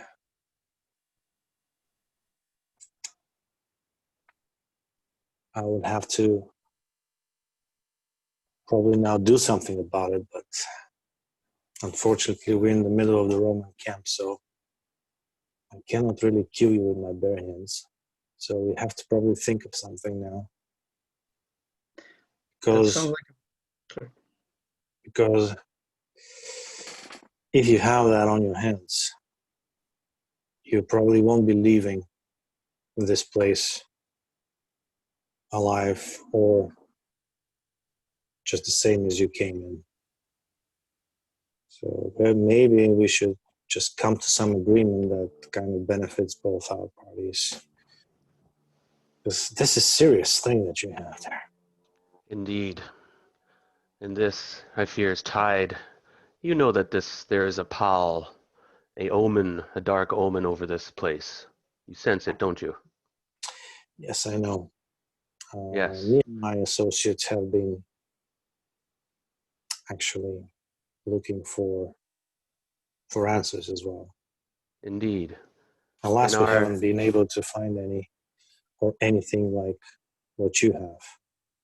So, Pluto, our aims are parallel. Perhaps we can work together to solve this mystery. For we were given this armor. It was taken from the Thracian. It's meant for the Thracian horsemen, the kings you know of old. Somebody had looted it. It had been sold to a local family, a rich family, and it's ended up in our hands because they wanted to get rid of it. And he mumbles below his beard. Must be the focus. It's always the focus. Okay, here's what I'm gonna do. What I would offer you. Of course, you would pay me handsomely by the end of this, and I can give you 1 week so that my associates do not come after you. And I will, of course, answer any questions and give you all the information that I know so far. Indeed. But after this week passes, I'm afraid, and he says that with a smile, that we must become enemies, unless all this is brought back to the sanctuary. Ah, Well, so if you, so I'm only a poor Roman, and I'm very slow of my wits. But essentially, what you're saying is that we pay you handsomely for doing nothing for a full week, and No, after that time, pay me handsomely so that me and my associates will be your friends for a week and that help you in sounds this investigation. a But after that, unless all this is back into the sanctuary it came from, there must be coming. you will aid us during this time yourself? Me or Are your associates? other associates of mine. I see. We'll see which is the best, but for now I cannot tell you more because These are I'm a very, little bit taken aback from what I just saw. I see that. And you have spoken very bold words, I must say, considering we represent the might of Rome. Well, you can kill me, of course, right now. That won't really change your fate. I know this. So since you're in possession of this, you now have the curse on yourselves. And I don't know, maybe if you're lucky, you will actually last that week I gave you. But in the end, it just doesn't really matter. These are very sacred things that you have.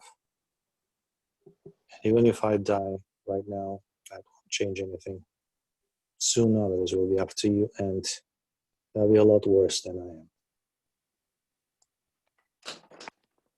sounds very grave. I mean, these are clearly bold words that need to be respected. When can we meet the other fellows in your group?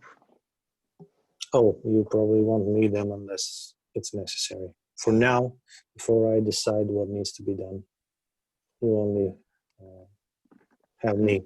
Now that our cards are on the table, you do not know the grave robber that took this. I have my suspicions.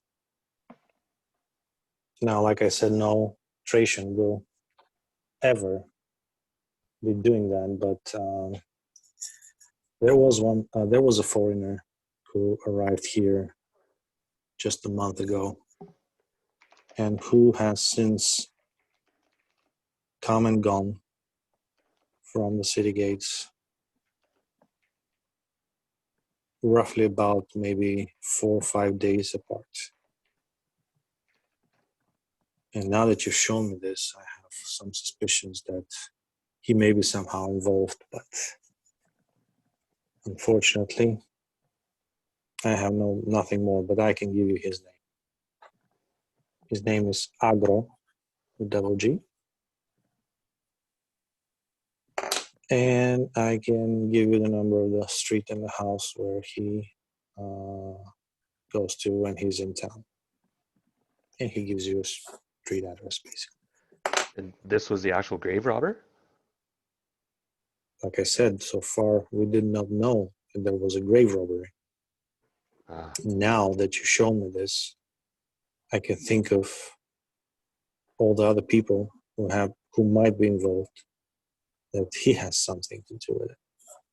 We know that he has had contacts with some of the Romans from the Focus. And I know that he's been coming and going frequently, 5 days apart. 5 days is enough time to go into the mountains and back. So you suspect that he's coming back any moment soon? He may be. Right Right now, I have to double check for his actual place, whether he's in the house or not. I don't personally follow him. That's the information I have from my friends.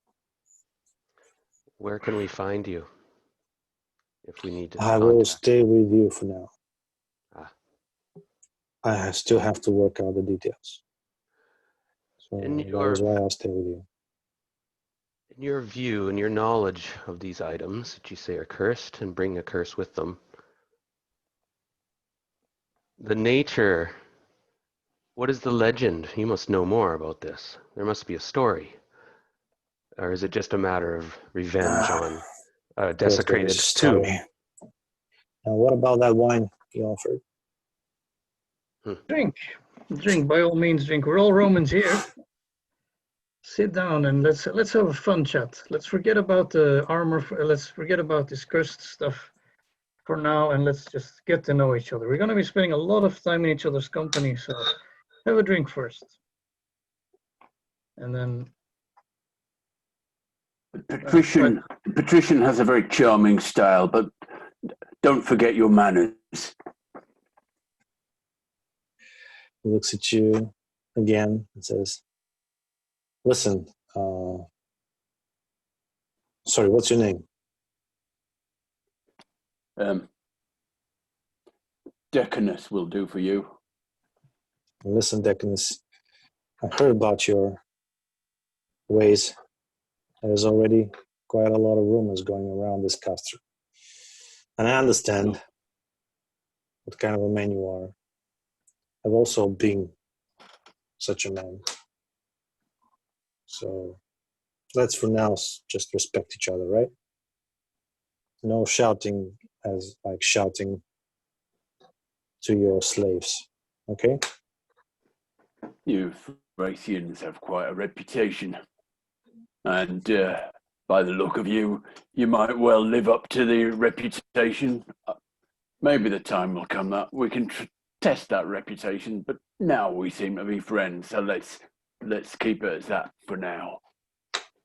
Well, like I said, if you're here at the dawn of the 8th day, you might just... I'll look So forward he to it. takes one of the cups and just finishes up before even any toast or anything. So bad manners. And then he pours another one and just waits because he knows you Romans like to toast sometimes.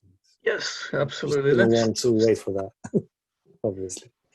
I try to find the strongest wine possible and serve him that. And I pour the glasses in front of my belly so that he can't see what I'm pouring. I pour much less for my compatriots, and I give him a full jug of the strongest, and ours is watered down. Because I want to get him talking about the horse stuff and the secret cult he's a part of, because I want to have these people, they're clearly a threat to the empire and we need to ferret them out. So let's get him drunk. I mean, have a drink, dear Pluto. I mean, they say the best of friends are those that have a difficult first encounter or usually end up the best of friends later on. So let us drink to this friendship. Friendship between Romans and Thracians. Starts drinking and he starts telling you the story. So I believe you're all well-educated people. You know the story of Odysseus. That's how you call him. Do you know why he couldn't find his way back to where he belonged? Well, tell me, what do you know? Fickle gods played their role, definitely, in setting his ship constantly in peril and sidetracked. Yes, you've obviously read about it, but there's some things that have not been written down. He did not find his way home. I remember. He suddenly shouts up. I remember. He ate the cattle of the god Apollo. That too, amongst other things. First of all, he was a thief and an assassin and a killer. And for his crimes, he was set on a path of redemption by all the gods. One of his first crimes was that this sneaky bastard, he spits again, slipped into the tents of one of our greatest kings, who was sent to help the Trojans. He slipped like a rat, and he killed him in his sleep. And he stole his armor.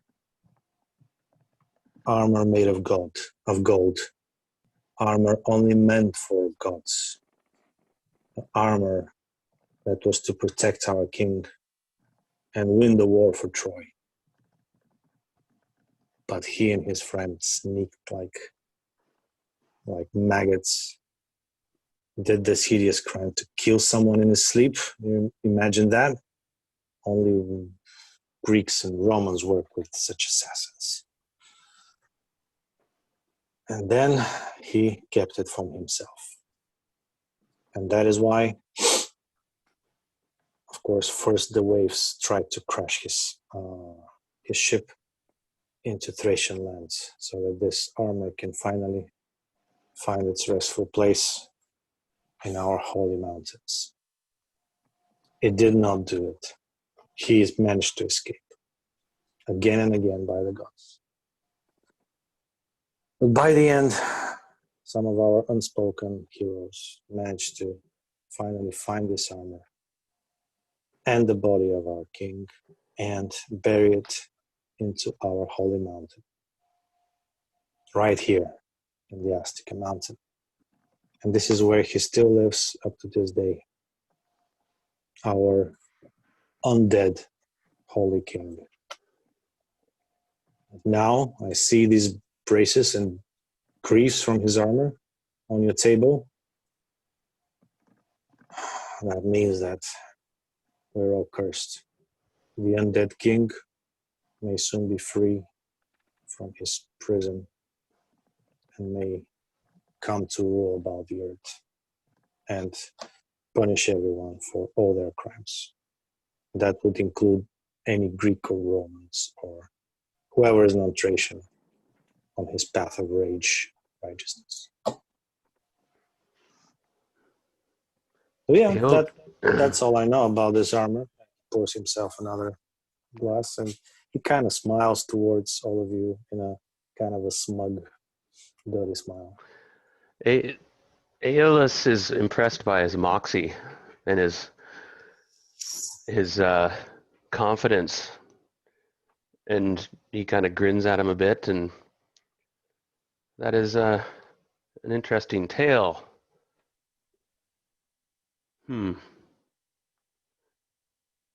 So you do know where the tomb lies. That's interesting. No. It is still... I do not know where the tomb lies because it's a well-kept secret. Only our priests know that. And according to your laws, our priests are now outlaws. And they hide in the mountains. But maybe I'll see what the others say about it. Maybe I can arrange a meeting with them someday. Soon, of course. Yes. Like I said, I want to help. I want these pieces of the armor back into their rightful place as well. Do you, in your expertise, do you feel it likely that simply restoring the pieces to their rightful place will lift the curse once and for all? I'm certain of it. Excellent. But of course, I know Romans. You probably try to take them with you. Just like you plundered and took whatever you found in our lands. Well, cheers, Pluto, he says, and drinks to that. Yeah, and the Egyptian here too is like, yeah, I suppose, okay. Everyone feels the lash of the empire there for a second. I'm like, well, yes, as the nature of empire, though, Pluto, you know this. The greater and the mighty take from the weak and the lesser. It is the nature of this. It has been this since the dawn of time. Rome, yes. What Rome does with the armor is what Rome does with the armor. Yes, and I also know that we all have our fate, and it's probably written somewhere. And I also know that everything is born, then lives, and then dies. So who knows when that happens? And Only also the gods. be aware, if we suddenly disappear, there will be more coming, many more. So it is in our interest to work together but So that's why I'm still here. Like I said, it's both our interests to deal with that curse. What happens afterwards, only the gods will tell us. what do you know of a crime involving a certain local woman who died horribly? Do you know anything of this? I mean, the Gabras girl. Ah, perhaps. Yes, I know. Of course, I know. I know a little bit of everything. I see. Legend says she's been eaten by wolves, or worse. But you don't believe this, do you? Of course, I don't. What I can tell you is that local game and other animals, they are friends of our beloved king god. Ah, so the curse carries influences on the local flora, fauna, everything. Yes, and if he's been Animals. disturbed, then probably nature itself around this place will be disturbed as well. If need be, can you take us to the crime scene? Yes, Gregorius told me that. Yeah. You're probably wondering where Mhm. it took place. So yes, I inquired about it, so I know where what happened. When my colleagues here are done as well, we wish to have a little conference amongst ourselves, and then we'll decide what to do and whether we agree to your terms and your services. Of course. Can I Excellent. take my cup of wine with me? We While can I wait rely on your outside? discretion, of course, with these items. Nobody knows about them. Well, a few. Yeah, like I said, for now it's in both our interest that we keep this quiet. Of course, some of my associates will have to be informed about it as well, but they will keep it secret within our organization. But it's Crassus, necessary.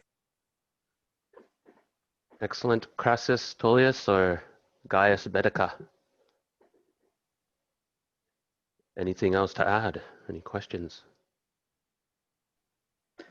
No, I think this is the beginning of a long and beautiful friendship. And this is an opportunity for the people of Rome and those of Thracia to get closer together and to learn each other's customs and ways. Yes, of course. And also, my mother was a horse and my father was a god. I'll just take this wine and I'll go to the mess hall so that you make sure you are certain that I'm not eavesdropping. I'll meet you there. It will be soon time for afternoon breakfast anyways. Now, when he That's okay. leaves, we observed him, and I look at the others and I say, that is quite a tale. I wonder how much of it's truth. If it is true, he's invaluable to us for the moment. Now, he mentioned that, however, his priests are hiding in the mountains. You can definitely check him with a roll for deceit.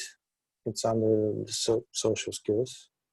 And also, if he's like, he implied that he was a member of an illegal cult.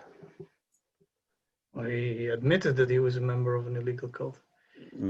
Sorry, that's what I kind of got. He said he's a member of an organization that Yeah. he knows the priests who are part of an illegal cult. He can Yeah. arrange a meeting with them. Yeah, He that's did not really important. That's an important distinction. That's what I thought too. I was like, that's why I thought he's implying that, but I wanted to ask that because that's important, because if he admitted he's a member of an illegal cult, then we're like, well, let's put him in chains, almost. Okay. But we could put him in chains. I mean, he basically threatened to kill us after he Yes. threatened to kill us within 7 days. So we could theoretically be putting him into chains. Of course, that wouldn't really help us complete our mission. But maybe And we should define what the mission is. Well, because we have one objective, which is to lift the curse. But I believe we were also tasked with returning any interesting magical items to Rome. And we're also yes. tasked with finding potential threats to the Roman Empire. And I believe we have, from one objective, we now have 3, where we can, first of all, lift the curse, then get that magical armor to Rome. It should at least look good in the Emperor's dressing room. And then the last thing that we should do is to eliminate this illegal cult. No? however, I'm afraid he's telling the truth. Well, that's neither here nor there. I mean, he can be telling the truth. Oh, if he's telling the truth, then his intentions are aligned with ours. Now, where it splits is what to do with the armor. Because, of course, you're correct. We should catalog this armor. It's the Empire's. They probably not interested in putting it back in the tomb. However, unless that solves the curse, then that's our objective. Now, if he's telling the truth, his intent is pure. That's why I'm like, is he telling the truth? Because if he has another agenda in playing us, like, because he seems just so full of moxie and such a powerful figure, he really impressed Elios. Like, he's like, this is more than just a guide. This is an important local in another sense. An organization he mentions. It's like interesting. Well, I don't share your opinion, Niles. I mean, if a burglar walks into your house and stumbles onto a bear that's hiding in your closet, and he tells you there's a bear, then he may be your friend for the time it takes to kill the bear, but afterwards he's still a burglar. Yeah. He's linked to. Well, fine. Anyway, let's put him in chains. No, we don't have to. We have to be moderate in everything. We need to know when to be forceful and when to be cunning, and we need to maintain a fine balance between these two. And I believe that is how we, without giving any specific. Conquered the world. And I'll shut up now. Like true Romans, right? So, lifting the curse is the priority. The sword and the honey. Is, Exactly. Lifting the curse is the priority then? Yes, I believe that's. I mean, if you out of character, please be. Do you know I any have the rituals tendency for lifting curses? Sort of, I do. Then let us take the armor, lift the curse, and imprison the Thracians, wipe out the enemies of Rome, and return to Rome. Out of character. In this setting, lifting a curse is basically like in the fairy tales or some or in the movies. You cannot really like dispel stuff. I was going to add on. The roots, the source, and either kill the whoever put on the curse. It may require a feat. Every curse has like requirements for lifting it. So my friends, it is my comrades. It is more complex because this is something. Yeah, I don't have the power to do that. It is something that usually requires a riddle or some sort of omen that has to be, or a quest, something that has to be appeased locally. This is supernatural now, beyond politics. So this is something that's magic, I say with a flourish. But everything is political. I mean, our friend Pluto has basically told us, he has given us the instructions to lift the curse. I've asked him explicitly, will restoring the armor to the hiding place lift the curse? And He confirmed. So we should do that. And when the curse is lifted, then we can take the armor with us to Rome. Ah, but So then the curse will come back. If he's telling the truth, if that's his interpretation, we're just relying on his word that we have to put it back in the tomb. And it could be something Look, completely different. but we are members of the Arcane Legion. We have superiors who are even much more powerful than us, and they should be able to handle such a small and futile thing like a curse.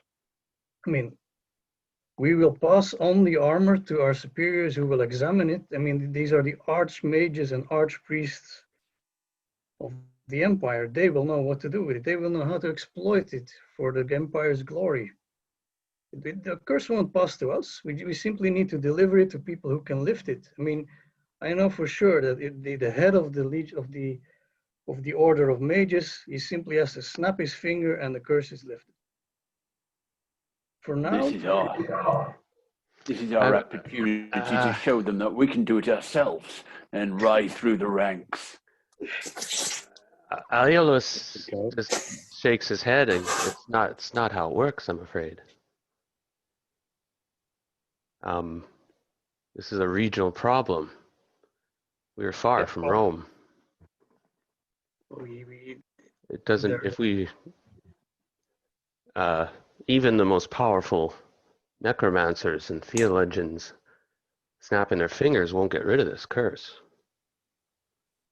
This is tied to this tomb. It's tied to this region. It's well, then we take it out of this region, and then it will no longer be tied to the region. okay, as you command. We'll do that. No, I'm not. I'm not commanding. I'm arguing for the best way to fill the mission of returning magical items to our order. well, in character, you're like Yeah, in character. Yes, Yes. yeah. In character. I mean, I know I'm talking complete bullshit. unless you have an ogre, but you don't have an ogre with you. I've expressed my concerns. That's all. In character, I've expressed my concerns that it's more complex than that. We don't know the details. We could take this cursed item to Rome, and then we've cursed Rome. Is it true that we can each do augurs and sort of try and read an augur of deciding the favor of the gods? And we can watch birds, read entrails. Watch birds and things like that. I mean, this is the next step. I want to go out to for example, as a devotee of Diana, I want to go out to some crossroads. Before you do, I just want to mention one thing about the magic here. If you're asking questions to the gods, like if you're trying to find a specific item or a specific action, it has to be specific. It has to be as specific as you can. If you're asking something vague, then you'll get a vague answer in return, which will not do you any favors. Just want to mention that. Then I think we you cannot do two different rituals regarding one and the same specific thing. The second one will just be vague. As we came into the camp, not far from the camp, I saw a pool with a pair of deer antlers up beside them, which I think is their local shrine to Diana. When they go out hunting, this is where they leave their offerings, and they will cast their prayers, their curses, and their curses, their wishes, and their prayers into the pool. They will, in the typical Roman fashion, they will. Some will have written their wishes, written their petitions to the gods on lead, and thrown it into the pool. If any of these petitions are connected to the curse, I propose I will go and, as a representative of Diana, investigate the pool and see what I can commune from what the other legionaries here have communicating with Diana. It may not be much, but it may give us some kind of clue. That's my next proposed step for me. Sounds good. So The looking rest at of the you? type of discipline, I just wanted to give you a quick overview of the type of disciplines and maybe which one is applicable here. So generally, clairvoyance, which is locating places or individuals which are far away from you. This is a thing that can be done.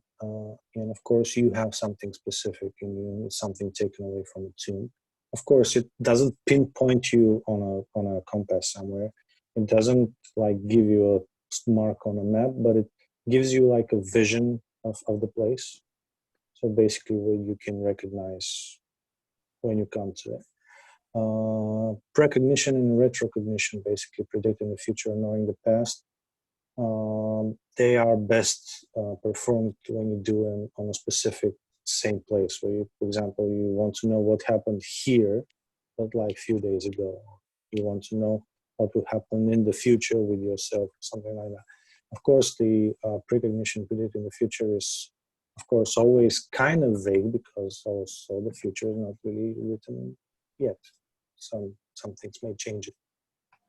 Interpretation of omens and dreams, that can always be done, and it's up to you as players. You're all fine players. You can think of different dreams and omens that you may want to may want to interpret. And also at any time you can just try to perceive the favor of the gods, which means basically you want to know whether gods are involved in your current endeavors. You want to, with better levels of success, you will know exactly which gods, and with the highest level of success, you may even take a glimpse into the reasons why a certain god is favorable or disfavorable to your current endeavors or maybe your near future ones.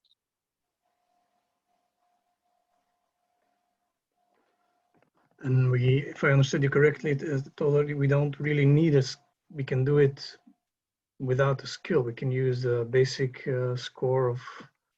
Yeah, the you roll a Magicka check.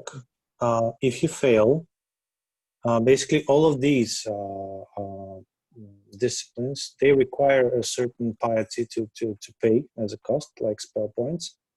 And then depending on by how many points you failed, you can pay extra piety to actually get to a first level of success, which by doing this, you cannot really get a higher level of success.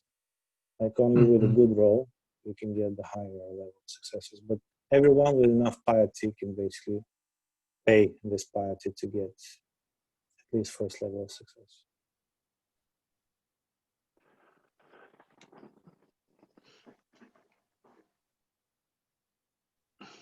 And you don't really need a book. You can just describe what your character is doing and which one of those 6 disciplines they're looking for. And I'll give you the piety needed to do so.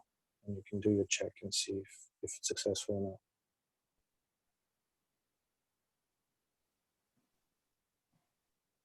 or not. I'm going to carefully put the artifacts back into the bag.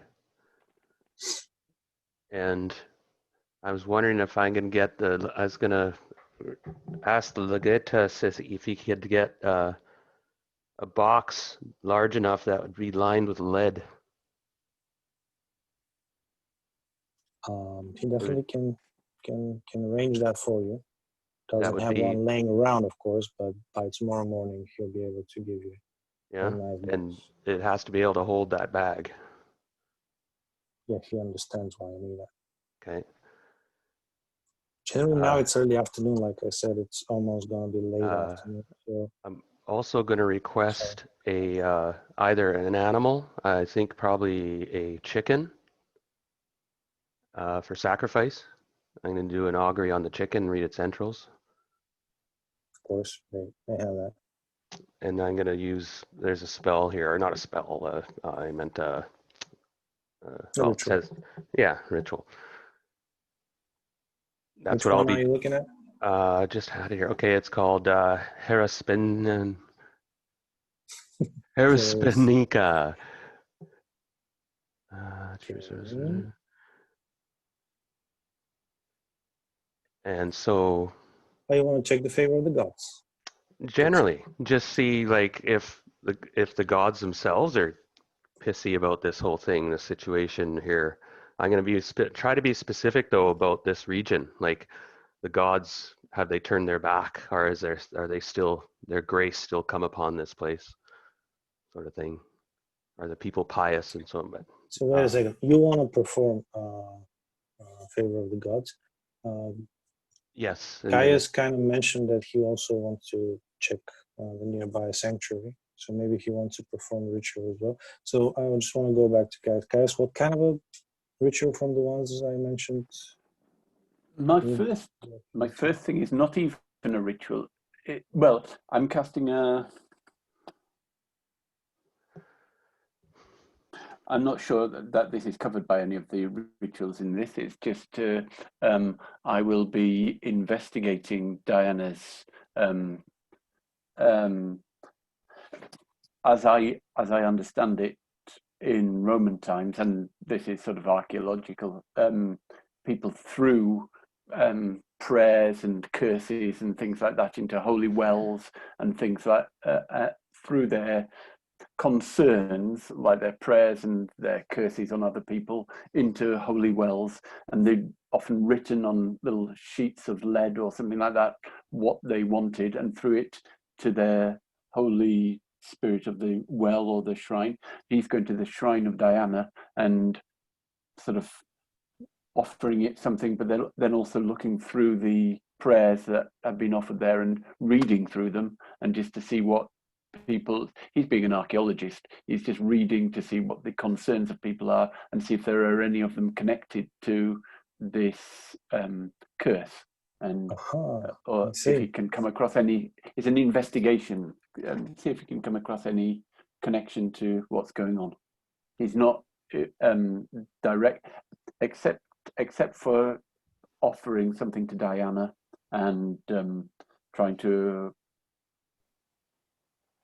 placate. He was a sort of priest of Diana before, so I think he can probably get away with this.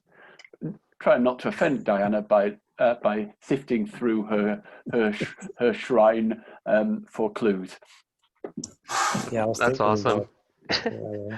But I've totally changed, Todar, just so you know. For the next hour, I'm going to be getting a blindfold, a mirror. I'm going to get a brazier ordered with a bunch of coals and I'm going to get a bunch of incenses and stuff and oils and grace it and spend an hour looking into the fire through the blindfold.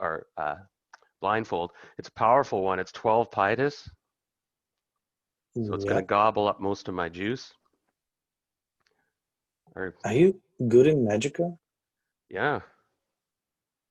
What's your score? Well, I'm a scholar.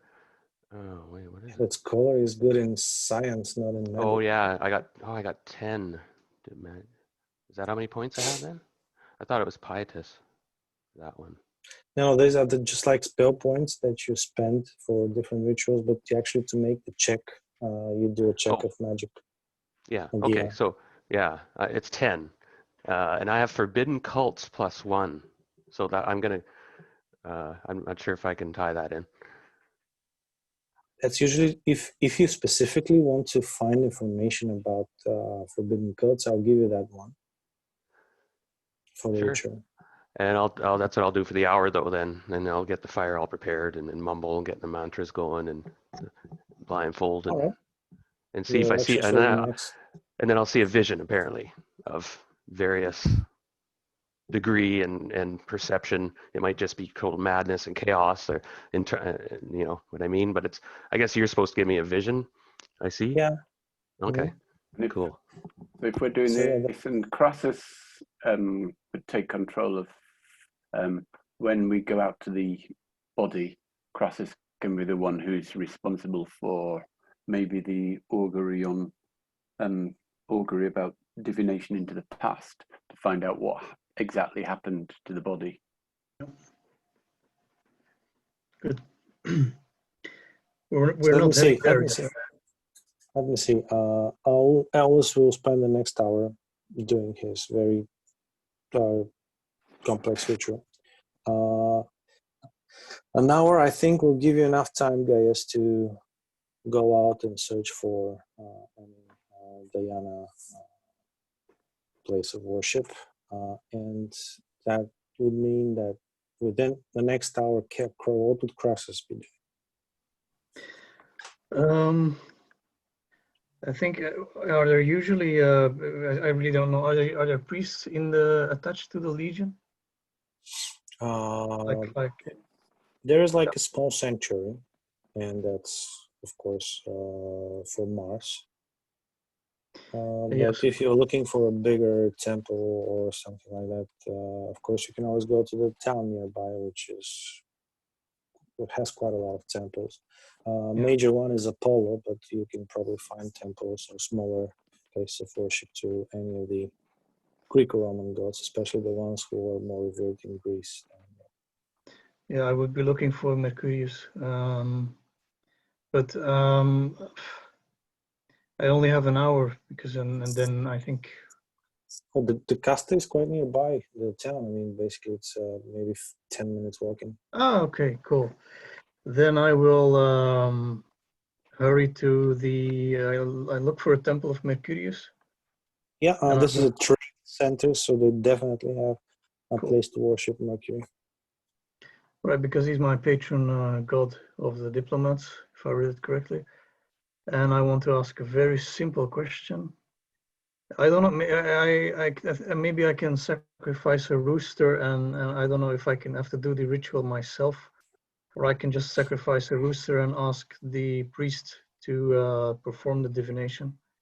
But essentially, no choice. Yeah, if you're not good in magic, you can make an offering, and Mercury does accept silver and gold. He is very cool on that. Right. Well, I'll bring a very respectable offering, and what I really want to know is, it's a simple yes or no question. Do the gods want this armor in Rome? Good one.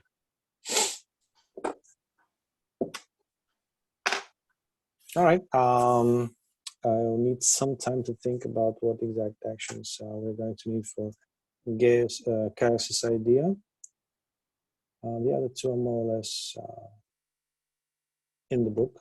So we'll do these, and then we'll do Caius' thing, and then it will be a time to wrap up this session and think about when we will go for the next one. All right, I'll start from the back. You definitely have the time to go into the town, and it's not really big. Exactly, the inner town itself on the peninsula is like 15 minutes across, even on the cobbled streets. So you can easily find the Mercury place of worship. But by the way, who then gets to stay with the treasure you have? I suppose the blindfolded Aeolus will stay within the tent with the treasure, or anything else? I'm not leaving. Remember, guys, he's doing a blindfolded ritual. He will be blindfolded for an hour. Yeah, I was going to do that in a temple, but Oh, you want to find a temple as well? well, I mean, in the tent, it's not the best setting, but I don't know if we want to leave this stuff unattended either. No, but let's simply ask for a double guard, that no one enters the tent. I mean, these guys aren't gonna. They may be forceful, but they're not gonna dig their way in. So if we could just post a couple of guards around the tent, ask for a continued watch.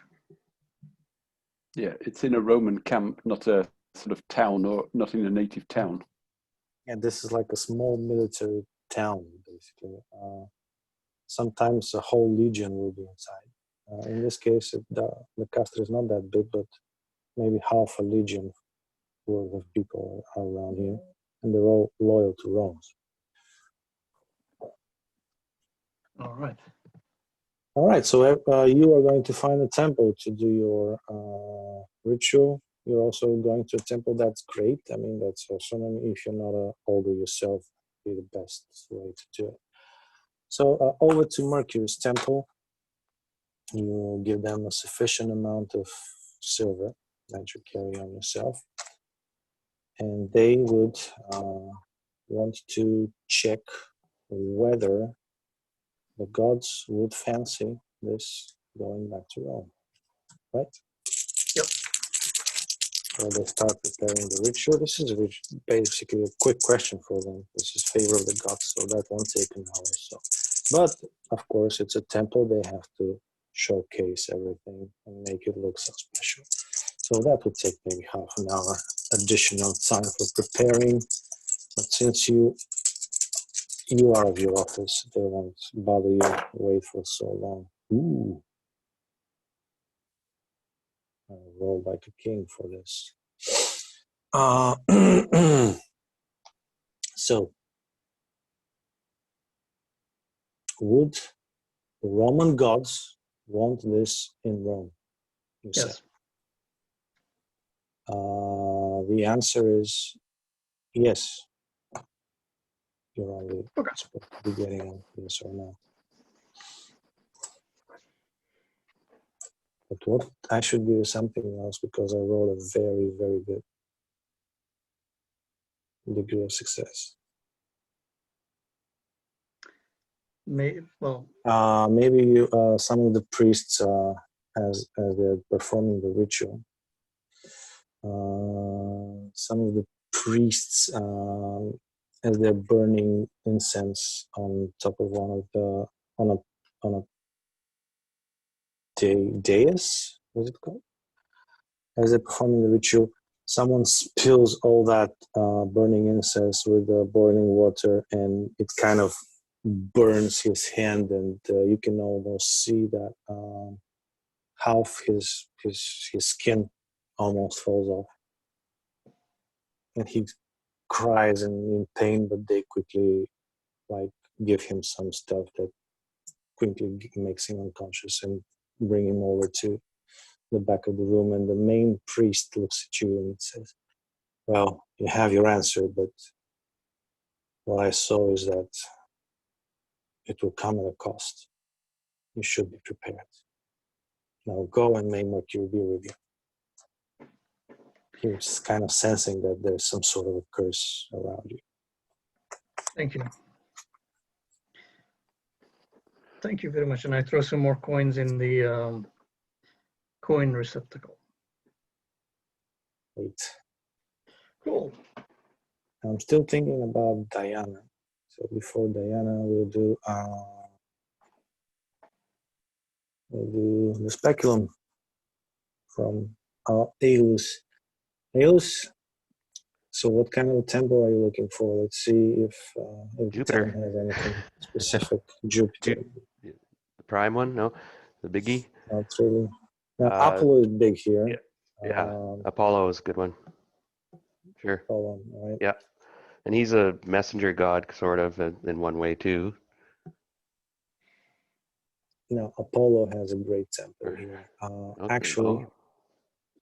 Actually, down in the port, you see a huge statue.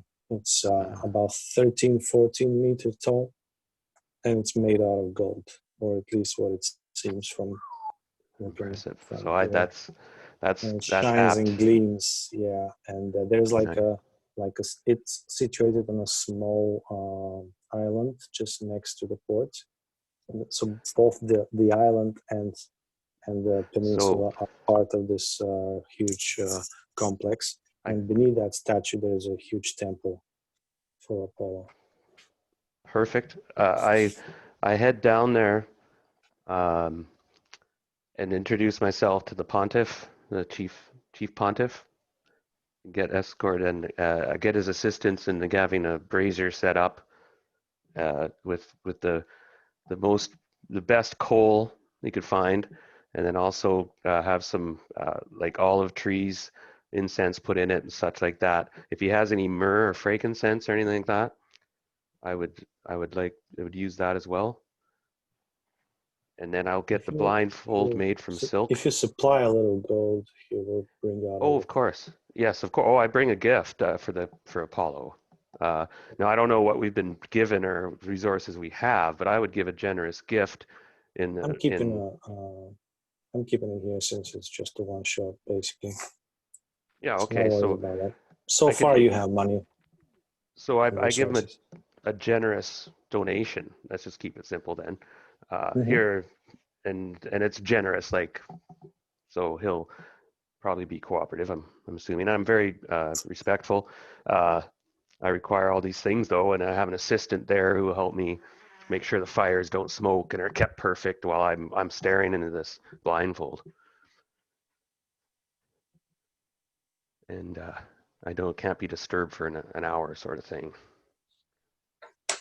And I guess I'll roll. Now, 10's my thing, so I can divide that into 6 and a 4. I can roll 10-sided, right? Yes, Okay. but I'll also roll here as you are doing this in a temple, and you also have help, and I'll add this to your score. So you just tell me your score. Ah, okay. So I'll go for just a 10-sided this time, and then I got a 7, and then I'm +1 for the cult thing, so 8. I guess that's all I got. What's decorum again? Oh no, that's okay. So sorry, forget it. Yeah, 8. All right, then I rolled just a 2 here, so that's 10. No, unfortunately, let's see. What are you exactly looking for? What kind of vision are you focusing on to about what? I'm Let's see. I'm focusing on illegal cults, forbidden cults, and looking for uh, what god or what cult. I get some sort of vision, a sign, uh, lightning bolt or something associated with, even if it's vague, if you said I didn't roll high. Now you said I could also burn. Can I add points to this roll? Yeah, basically, Right? first of all forgot to mention crosses. Take out 3 pietas or piety points away from your maximum for your thingy. For yours, you need to burn 12 plus 2 more, so 14 piety to get a vision. So okay, I will. Okay, now I see that I'm having trouble. I'll burn the energy. I'll do it as I see it. I'm trying to clarify the vision. I can just see it's all vague, perhaps, and chaotic, and then I'll do the extra burn then. All right, then. What you see is it's a forest. It's summer, but not late summer, and everything is in bloom. And there are stones in front of a cave, and around these stones there are spears.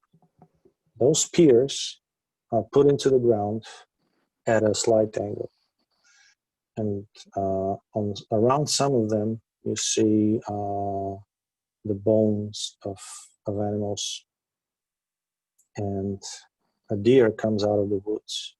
It's a magnificent stag with huge not horns, antlers. Thank you.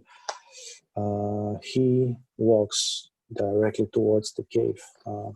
He doesn't stop to take a bite of grass. He doesn't look around. He doesn't sniff the air. He just walks straight up. But in the last minute, you realize that he's not walking towards the cave. He's walking towards one of the spears. And basically, without even stopping, he just impales himself on one of the spears.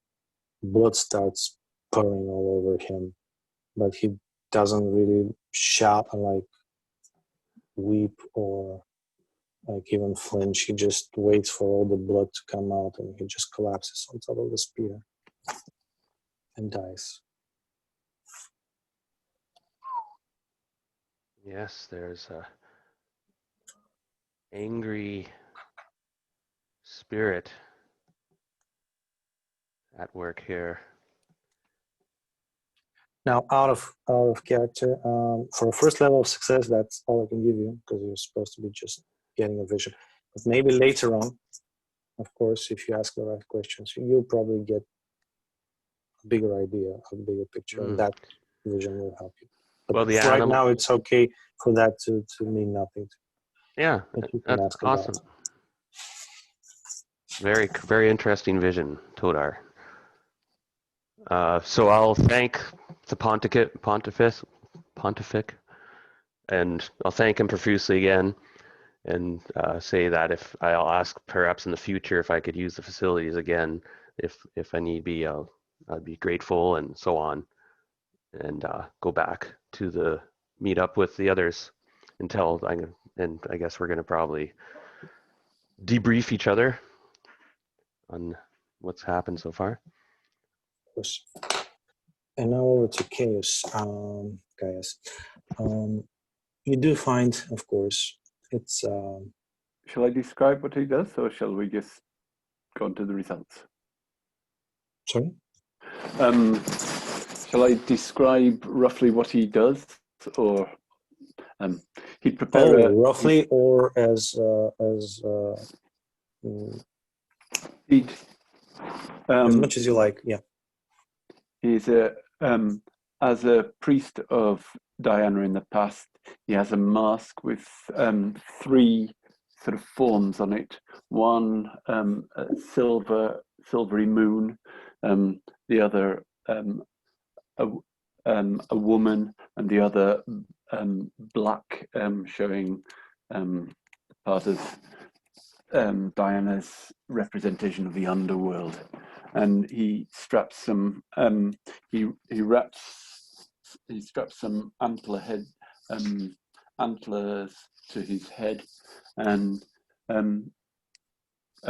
he makes a wreath of flowers from the local flowers in the forest, and makes a wreath of them round his neck, a garland of them round his neck, and then having stripped off his armor and just in his under tunic, in just his sandals and his under tunic, garlands around his neck, he takes out a polished arrow, and first offers that. It wades up to his knees in the water, first offers the arrow, and then the garland, and finally a skin of one of the rabbits he'd hunted, weighed down with a stone, and then one by one he reaches into the waters and pulls out one offering at a time and offers it up to the moon as it's appearing in the direction of the moon. What he can of any inscription written on it, into Diana to hear the prayer, and after reading each one he puts it back and finds another offering, and basically he's calling out the prayers to Diana, and after he's done that for an hour or so, cold and shivering, he'll go back onto the bank and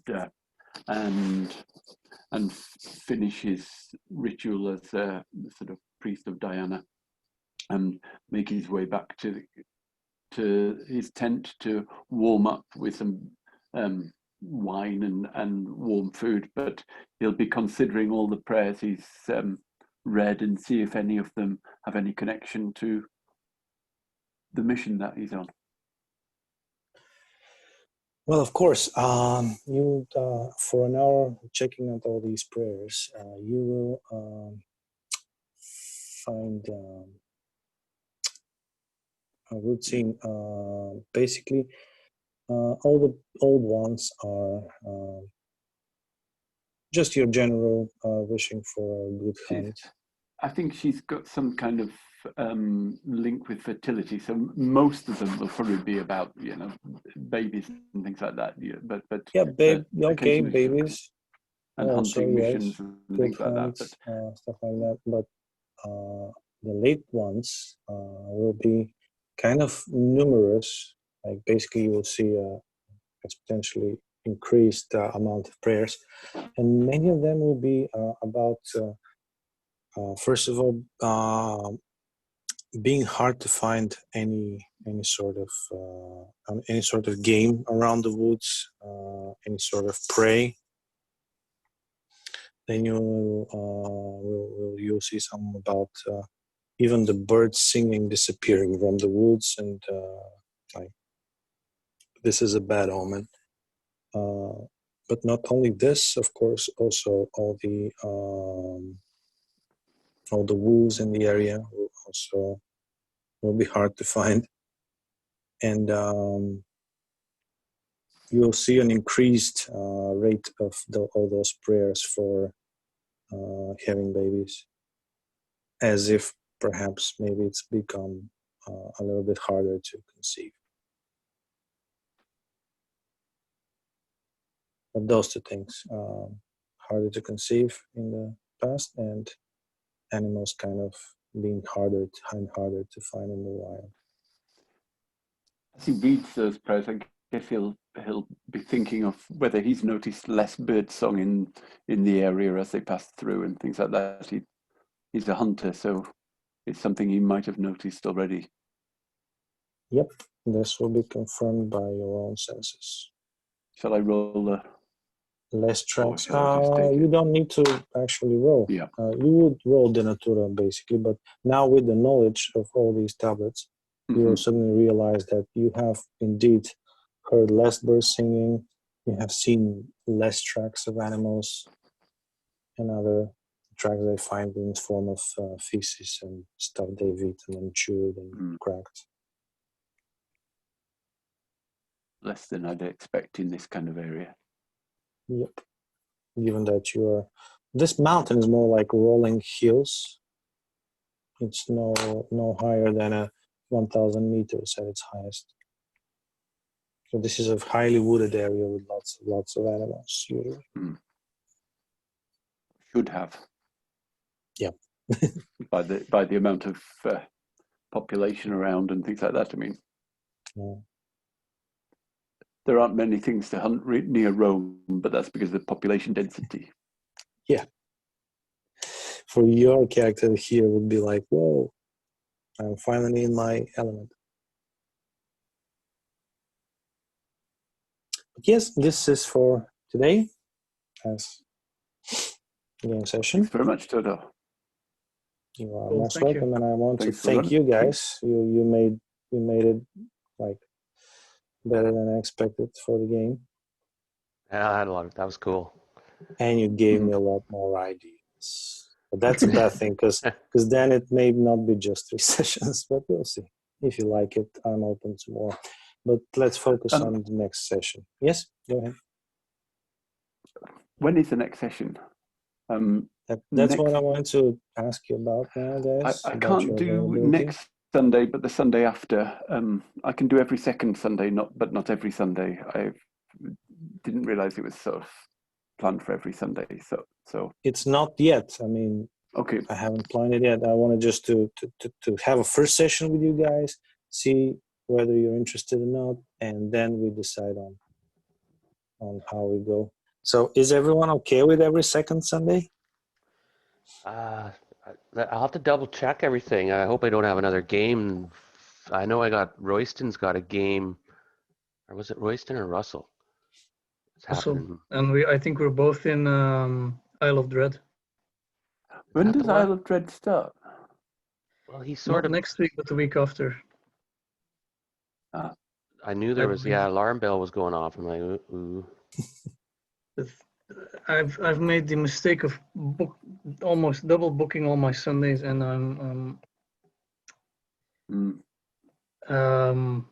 so for me, but so next Sunday I can't make it because then I have my other crew. But then from the 11th till the 25th we have 3 sessions of Isle of Dread.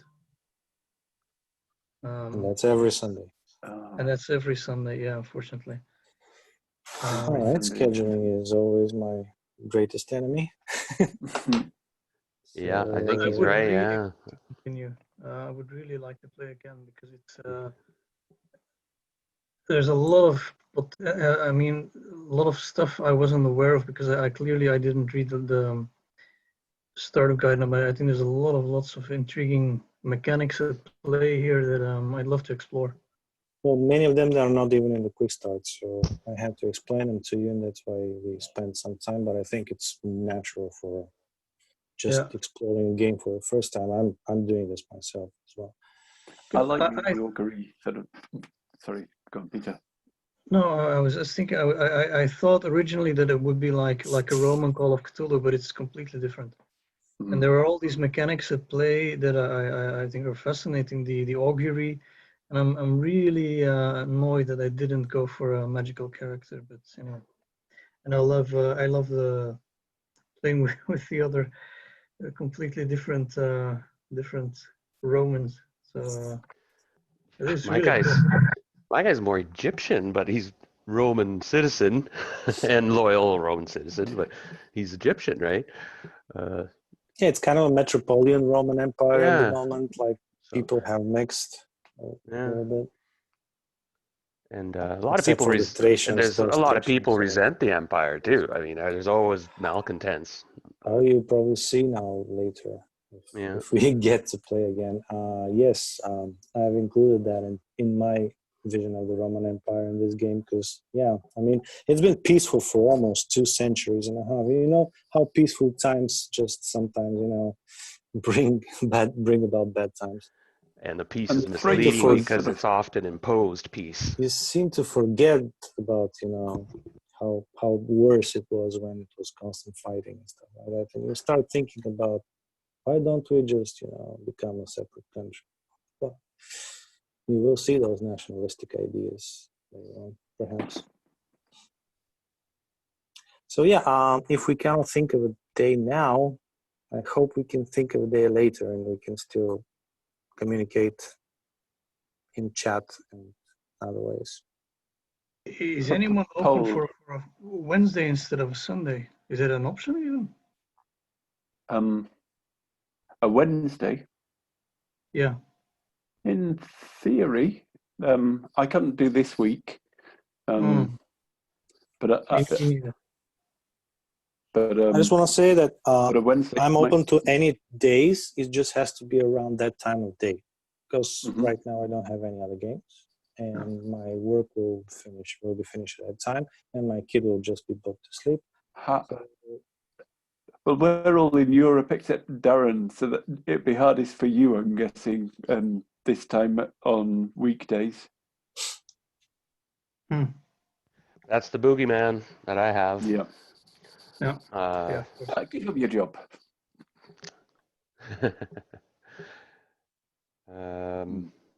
Yeah.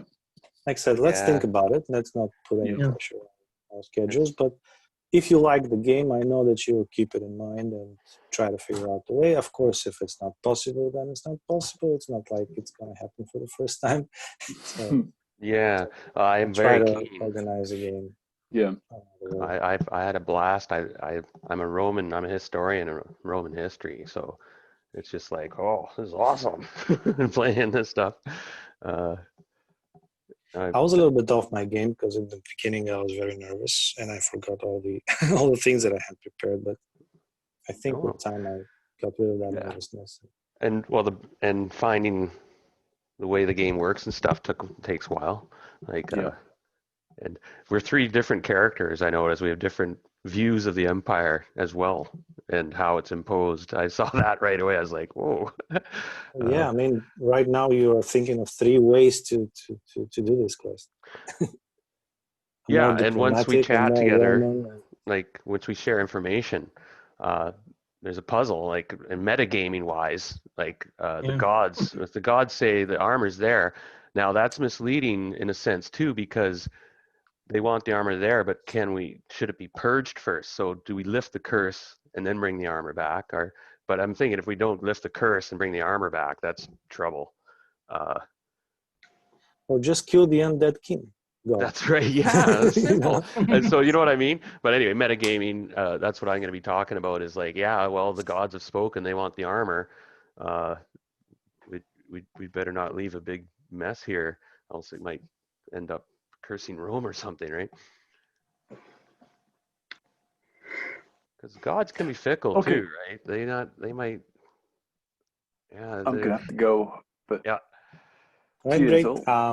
I think we'll all go now and talk to you guys. Yeah. Cheers, everybody. See you next time. Bye-bye. Thank you.